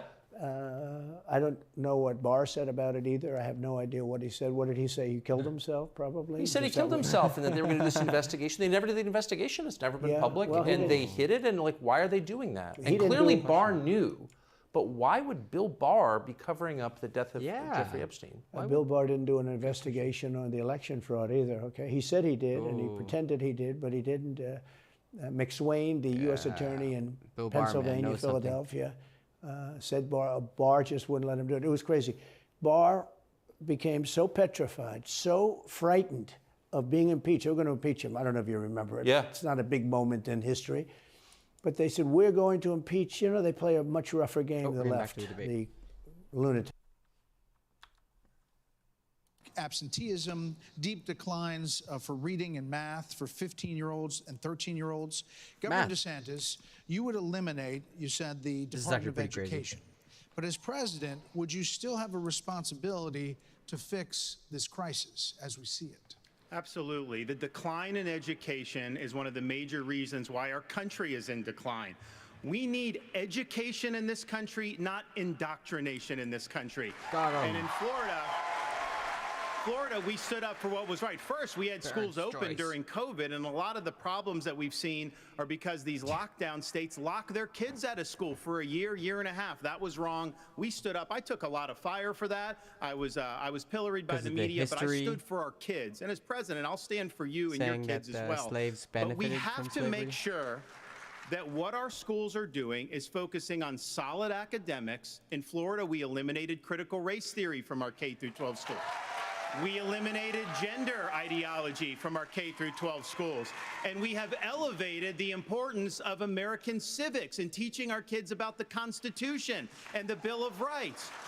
As president, I'm going to lead an effort to increase civic understanding and knowledge of our Constitution. We cannot be graduating students that don't have any foundation in what it means to be an American. Mr. Ramaswamy, Mr. Ramaswamy, hold on, Senator Scott. You've said that the Department of Education, the FBI, the ATF, the Nuclear Regulatory Commission, the IRS, the Department of Commerce, many of these should not exist. That's correct. So to the education question, how would you deal with the crisis? So look, we have a crisis of achievement. Let's shut down the head of the snake, the Department of Education. Take that $80 billion, put it in the hands of parents across this country. This is the civil rights issue of our time. That's how you get religious Allow indoctrination out the where they send their wazoo. kids to school. End the teachers' unions at the local level to allow public schools to compete.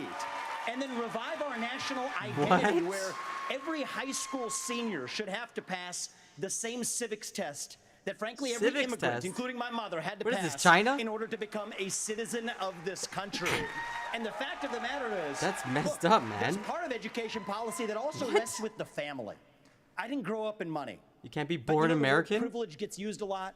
Well, you know what? I did have the ultimate privilege of 2 parents in the house with a focus on educational achievement. And I want every kid to enjoy that. So part of the problem is we also have a federal government that pays single women more not to have a man in the house than to have a man in the house, contributing to an epidemic of fatherlessness. And I think that goes hand in glove with the education crisis as well, because we have to remember education starts with the family, and the nuclear family is the greatest form of governance known to mankind. Governor Haley has said that biological boys playing in girls' sports is the women's issue of our time.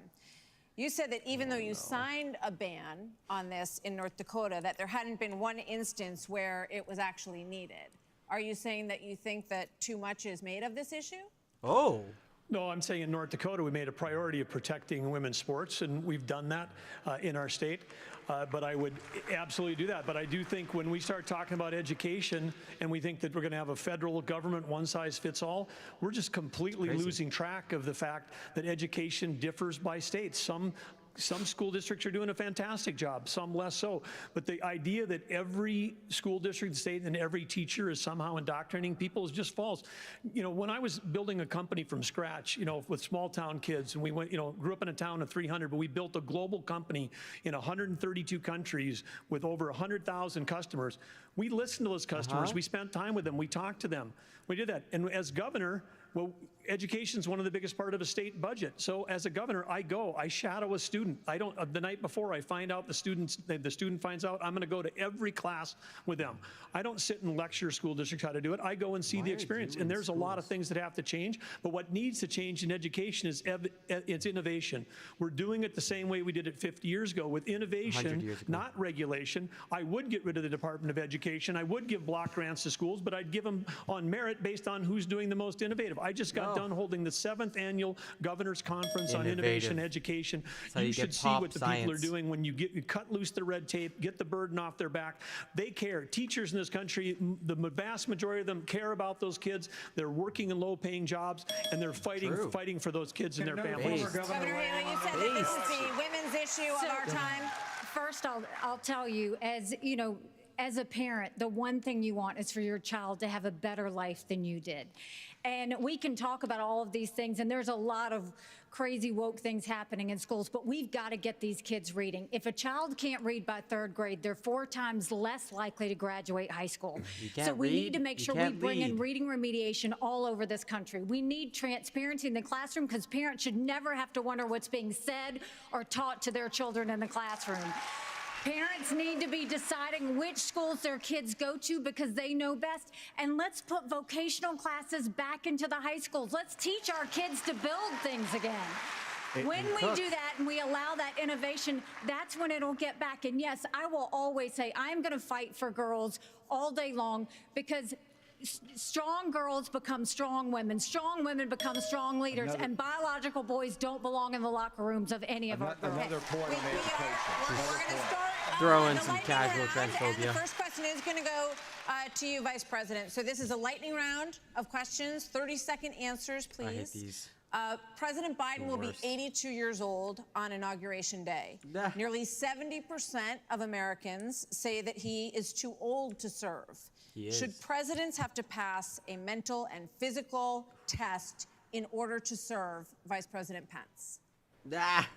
Well, it might be a good idea to have everybody in Washington, D.C. pass a mental and... Gone on. 30 seconds, no. The American people can make those judgments. But let me say, I'm running for president of the United States because we don't need a president who's too old. And we don't need a president who's too young. Dude, you're looking... We need a president who's been there. We need a president who knows how Congress works, how the White House works, how states work. And on this education issue, Martha, I was fighting against No Child Left Behind when Republicans were doubling the Department of Education. I'll also shut down the federal Department of Education. And when I was governor, we doubled the size of the largest school choice program in America. And we'll give school choice to every family in America when I'm in the White House. This is a lightning round, Mr. Ramaswamy. I think you were mentioned there. You're 38. You're the youngest on the stage. You've said, and you just said, you want a civics test or public service for those under 25 to be able to vote. So the question is, do you want a mental acuity test for presidents over 75? I believe in the people of this country to tell the difference between somebody who's an automaton and somebody who's actually a thinking agent in the White House, which we don't have in there today. And I will tell you, I want to address Vice President Pence's comment. I think we do need somebody of a different generation to lead this nation forward. Look at the way I've run this campaign. Go into the south side of Chicago, to Kensington, in the middle of Philadelphia, where traditional Republican candidates don't go. We have an opportunity to build a multi-ethnic working class majority to deliver a landslide, and I think I'm the only candidate in this race, young or old, black or white, to bring all of those voters along to deliver a Reagan 1980 revolution. We're going to do it in 2024. Same question. He's selling himself as the Brown candidate. In a presidential election until 20. I will answer that. I will answer that. 30 seconds. 30 second quick answer. You guys need to get control of this debate. Everybody's going to get a chance. Listen, we're getting control of the debate. This is a lightning round, not rolling thunder. Wow, they couldn't do that with Governor Trump. Hutchinson, you have Trump 30 wouldn't get seconds rolled on the like same that. question. On education, first of all, look at Arkansas. We have to compete with China. I built computer science education. We led the nation in computer science education, going from 1,100 students to 23,000 students taking it. This is how you compete with China. As President of the United States, I will make sure we go from 51% of our schools offering computer science to every school in rural areas and urban areas offering computer science for the benefit of our kids, and we can compete with China in terms of technology. Let's teach the coal miners kids how to code. This is coming to you. We're trying to do a quick round of different topics here. So, Senator Scott, faith is on decline in this country. You talked about it a little bit before tonight. Oh, shit, that's so true. is there a role for a president of the United States in changing that? What would you do to change that? Well, our nation was founded upon the Judeo-Christian values that has made this the greatest nation on God's green earth. I'm a big believer in Ephesians 3:20 that God is able to do exceedingly abundantly above all that we ask or imagine. Our responsibility should be to model the behavior we want others to follow. On education, the only way we change education in this nation is to break the backs of the teachers' unions. They are standing in the doorhouse of our kids, locking them into failing schools. That's so and messed locking up, them man. out You're trying of to the get them future they could bring have. guns into class to protect As them from President like Governor DeSantis, murderous. would you support thought- some mandatory What the military fuck? service for all Americans? I think it should be voluntary. I'm somebody that Americans volunteered are to so serve, fucked inspired up. by September 11th, and I deployed to Iraq alongside U.S. Navy SEALs in places like Fallujah, Ramadi, and it's something that I think has taught me, you know, when you go in that type of environment, anything you have, your personal agenda, you check it at the door. You go there, and it's about focusing on the mission above all else. And guys come together, and they get it done. And that's how I would view being the president of the United States. Why were It's you not in about me. Iraq again? It's not about all these other side issues. My sole focus will be on your future and reversing this country's decline. Okay, now for something a little out of this world, and this is for you, Governor Christie. Do you believe that the recent spike in UFO encounters... I get the UFO question? Yeah, you do. Come on. Yeah, you get the UFO question. Yeah, Okay, good we've been answer. hearing a lot of testimony in Congress, and people are taking this a lot more seriously. And we're hearing that, you know, there are things going on that people You aren't can't aware take of. it seriously. So, if Can't you were take it seriously. president, Governor Christie, would you level with the American people about what the government knows about these possible encounters? Martha, and especially coming from a woman from New Jersey, I think it's horrible that just because I'm from New Jersey, you asked me about unidentified flying objects and Martians. Awesome. We're different, but we're not that different. Look, of course, the job of the President of the United States is to level with the American people about everything. The job of the President of the United States is to stand for truth. The job of the President of the United States is to be a role model for our children and our grandchildren. And so whether it was UFOs or this problem of education, and Tim's right, by the way, and I started this in 2010 by going right after the teachers' unions in New Jersey and drove them down to an all-time low popularity rating because they were putting themselves before our kids. That is the biggest threat to our country, not UFOs. Okay. And now look at the coming teachers' up, profession. we've got closing Absolutely in arguments tatters. plus right after the debate. Hannity is live from the spin room right here Quebec in the Fiserv Forum. Doesn't have enough teachers to fill the classroom. Absolute disaster in the schools. It's mostly because teachers are getting attacked. All right, let's keep going. And they were going to impeach Bill Barr, and he was petrified. Now, how do you not get impeached? Don't do any of this stuff. But he didn't do the job there. I don't know what he did with Epstein, but possibly he didn't. Do you think it's that. possible that Epstein was killed? Oh, sure, it's possible. I mean, I don't really believe. I think he probably committed suicide. He had a life with, you know, beautiful homes and beautiful everything, and he all of a sudden he's incarcerated and not doing very well. I would say that he did, but there are those people. There are many people. I think you're one of them, right? But a lot of people think that he was killed. He knew a lot on a lot of people. He was killed. I think the closer you look, I'm not a conspiracy person at all. You're not. I believe everything I hear.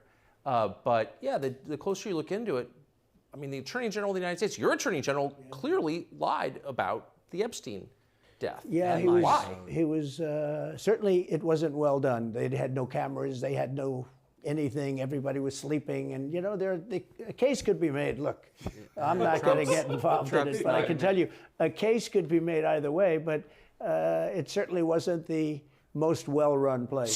So the reason I'm asking you is I'm looking at the trajectory since 2015 when you got into politics, you know, for real. Okay, moving on. And then won. It started with protests against you, massive protests, organized protests by the left, and then it moved to impeachment twice. Right. And now indictment. I mean, the next stage is violence. Are you worried that they're going to try and kill you? Why wouldn't they try and kill you, honestly? They're savage animals. They are people that are sick, really sick. You have great people in the Democrat Party. You have great people that are Democrats. Most of the people in our country are fantastic, and I'm representing everybody. I'm not just Republicans or conservatives. I represent everybody. I'm the president of everybody. But I've seen what they do. I've seen the lengths that they go to. When they make up the Russia, when that's exposed and they go down, and Barr should have gone after them, and other people should have gone after. And they did very late, because the Durham report came out. It was fairly good. It could have been a lot tougher, I guess, but it was fairly good. But it explained how corrupt it was. I'll tell you who did a great job was the Inspector General Horowitz. He did a phenomenal report. You didn't have to go to Durham. He did it on Comey and on, I guess, McCabe and some others, and it was a vicious, it was basically a true report, how bad they are. But these people are sick people. These are people that I think they hate our country. You want to know the truth? You went from when you saying see I'm the open borders, president when you of see everyone. these policies that they have, and so many other things, it's so sad to see. You know, we have a country that's very fragile right now. I've never seen, I will say, look, That weird piece of law. I ran in 16, which was 15, but I ran in 16, election in 16, and there was tremendous spirit. In 20, there was even more spirit. We got millions and millions more votes. You know, it wasn't even a contest. People said, well, what'd you think of 20? I said, we did much better. We did. You got to base it on the number of votes. We got many more votes in 20 than we did in 16. But the election was rigged. It was a rigged election. And with COVID, they used COVID to cheat in a lot of different things, and we have so much on it. It's like so easy. But we had judges that didn't want to look. We had people didn't want to get involved. They called you, he's a conspiracy theorist if you say anything about the election. But I have never seen spirit like there is right now. Even coming down here, just the people on the road that are just absolutely going crazy. And the reason is, I think they like me, and I know they love my policies. I hope they like me too. You know, a lot of people say they don't like me, but they like my policies. I think they like me. But I have never seen spirit like it is right now. And the reason is because crooked Joe Biden is so bad. He's the worst president in the history of our country. I don't think he's going to make it to the gate, but you know, you never know. But he's a corrupt person, so corrupt that I took the name off Hillary. You know, I don't do two people at one time. I took the crooked Hillary and I retired the name. That was a good day for her. I bet she was very happy. And I used it for Joe because it's crooked Joe. But Joe is really... But you don't think he's going to make it to November of 24? Well, I think he's worse mentally than he is physically. And physically, he's not exactly a triathlete or any kind of an athlete. You look at him, he can't walk to the helicopter. He walks... He can't lift his feet out of the grass. You know, it's only 2 inches at the White House, right? That's not a lot. But you watch him, and it looks like he's walking on toothpicks. So, and then you see him on the beach where he can't lift a chair. You know, those chairs are meant to be light, right? They're like 2 ounces. You lift them up. Okay, that's enough of you. That number has now plummeted to just 39%. In his pitch to get to the Oval Office, President Reagan called America the shining city on a hill, a beacon of hope and optimism. So in your closing statement tonight, please tell American voters why you are the person who can inspire this nation to a better day. These are 45 seconds, and we begin with Governor Burgum. I understand why America's hurting. Biden's inflation is choking us. I grew up in a small town. My dad died when I was a freshman in high school. My mom, widow of 3, went back to work. Every job I had growing up was one where I took a shower at the end of the day, not at the beginning of the day. Our cities are less safe because of the fentanyl pouring into this country. Our economy is being crushed by Biden's energy policies, which are raising the cost of every product you buy, not just the gasoline at the pump. One thing that I'll do as president, I'll secure the border. I'll get this economy sprinting, not crawling like it is right now. And I would say that other thing is for sure, when I'm on a horseback in the Badlands of North Dakota, it looks like the horizon is just limitless. And when you can almost see beyond that horizon, you can see that this great country, our future is unlimited. But we've got to focus on innovation, not regulation. We've got to cut the red tape. We've got to drive ourselves forward. The way we win the Cold War with China is by growing our economy and through innovation. And as president, I will bring out the best of America. I will improve every American life. Well, we hope you're back on your horse soon, Governor. Governor Hutchinson? Our nation is in trouble, and it's in trouble because of failed leadership. And the solution is not 4 more years of Joseph Biden. The solution is not 4 more years of Donald Trump. The solution is new leadership that can bring bold ideas to America and to bring out the best of America. A president's #1 responsibility is to bring out the best of our people. That's what Ronald Reagan did. And he did it with optimism and hope for our country, with a consistent conservatism. That's exactly what I bring. As president, I'll bring out the best of America in terms of individual responsibility, building our economy, in terms of securing our border, enforcing the rule of law. I'll bring out the best of America in terms of our national character, our faith, and our hope for the future. Join in this fight. ACE2024.com. Thank you. Senator Scott. Thank you. I was a disillusioned young man growing up in a single-parent household mired in poverty. I wondered if the American dream was real for a kid like me. I can stand before you today and say the dream is alive, it is well, and it is healthy. I had the good fortune of a mom who worked 16-hour days, making sure we have food on our tables. She taught me that if you're able-bodied in America, you work. If you take out a loan, you pay it back. If you commit a violent crime, you go to jail. And if God made you a man, you play sports against men. Wow. Gotta get in the obligatory transphobia. I'm asking you for your vote, and if you're in Iowa, I'm asking you to caucus for me. You can go to votetimscott.com for more information or to make a contribution. Good. Governor Christie. Plug yourself. Thank you, Brett. Thank you, Martha. Look, everybody on this stage wants to be the next president of the United States.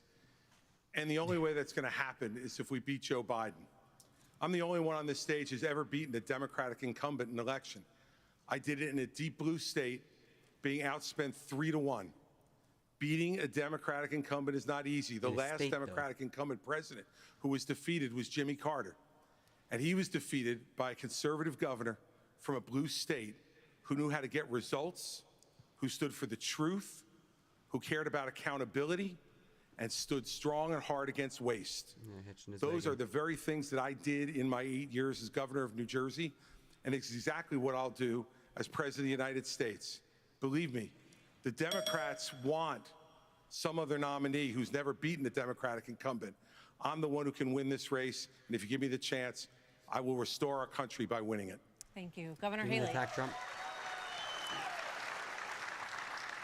Several weeks ago, I dropped my husband, Michael, a combat veteran from Afghanistan, off at 4 a.m. for another year-long deployment. I watched him and 230 soldiers pick up their 2 duffel bags of belongings to go to a country they had never been, all in the name of protecting America. If they are willing to protect us from there, we should be willing to fight for America here. I will beat Joe Biden, and he knows that. I will strengthen our economy, and we'll bring this inflation down. We will put transparency in the classroom. We will secure our borders. We will have the backs of our law enforcement, and we will make sure we have a strong national security. And once again, we will make sure we have an America that is strong and proud. We have a country to save. Join us. Go to NikkiHaley.com, and let's get it done. Yeah, she crushed it this debate.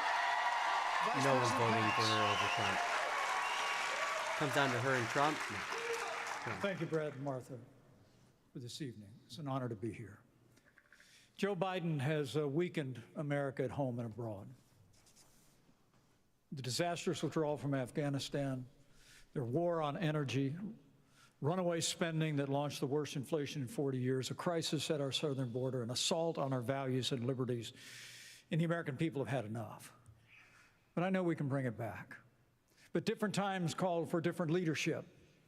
The Republican Party owes the American people the choice. Different leadership? You've proven been leadership at the national level that knows how to move a conservative agenda forward.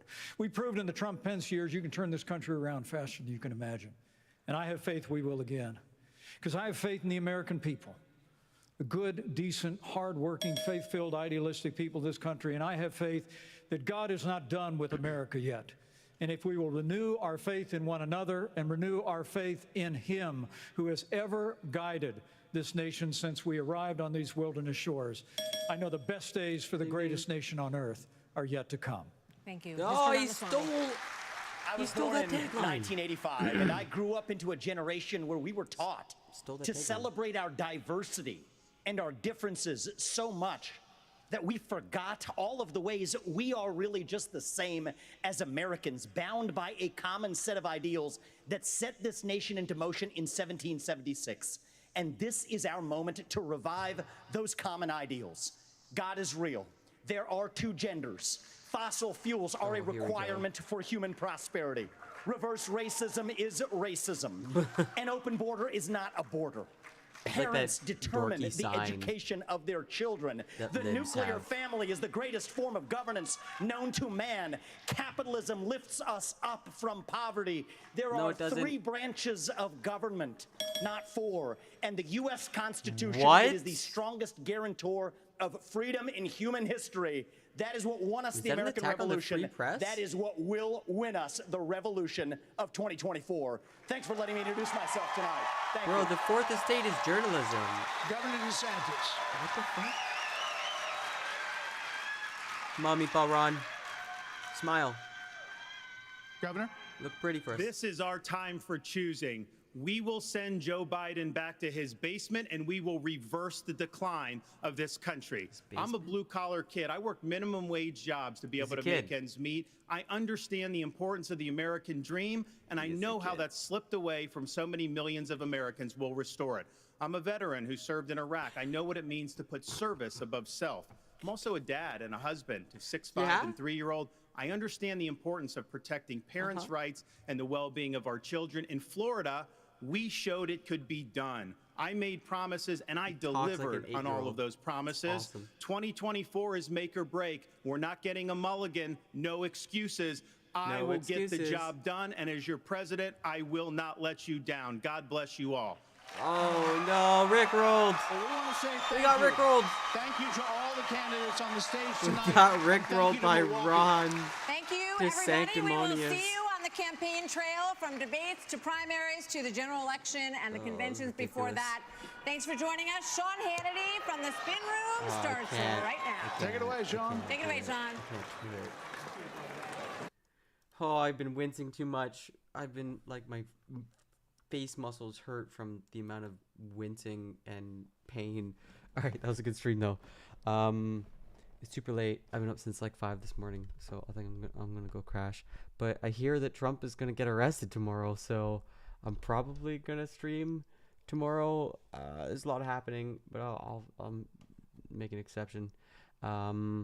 So yeah, you can probably expect me here probably maybe, I don't know, like 6 or 7 p.m. ET. If you liked what you saw, give a follow, give a like, subscribe, tell a friend.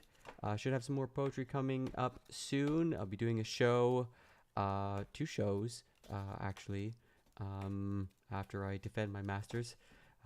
Everything's happening in September. But yeah, I'll be doing a show. I'm gonna figure out what it's gonna be. But I'll be like doing slam poetry with a break dancer. I think it's gonna be rad as hell. So we're gonna figure that shit out. Anyways, I'm gonna head on out. I hope you all have a lovely evening. Take care. Bye everyone. See ya. Have a good one. Bye. Au revoir.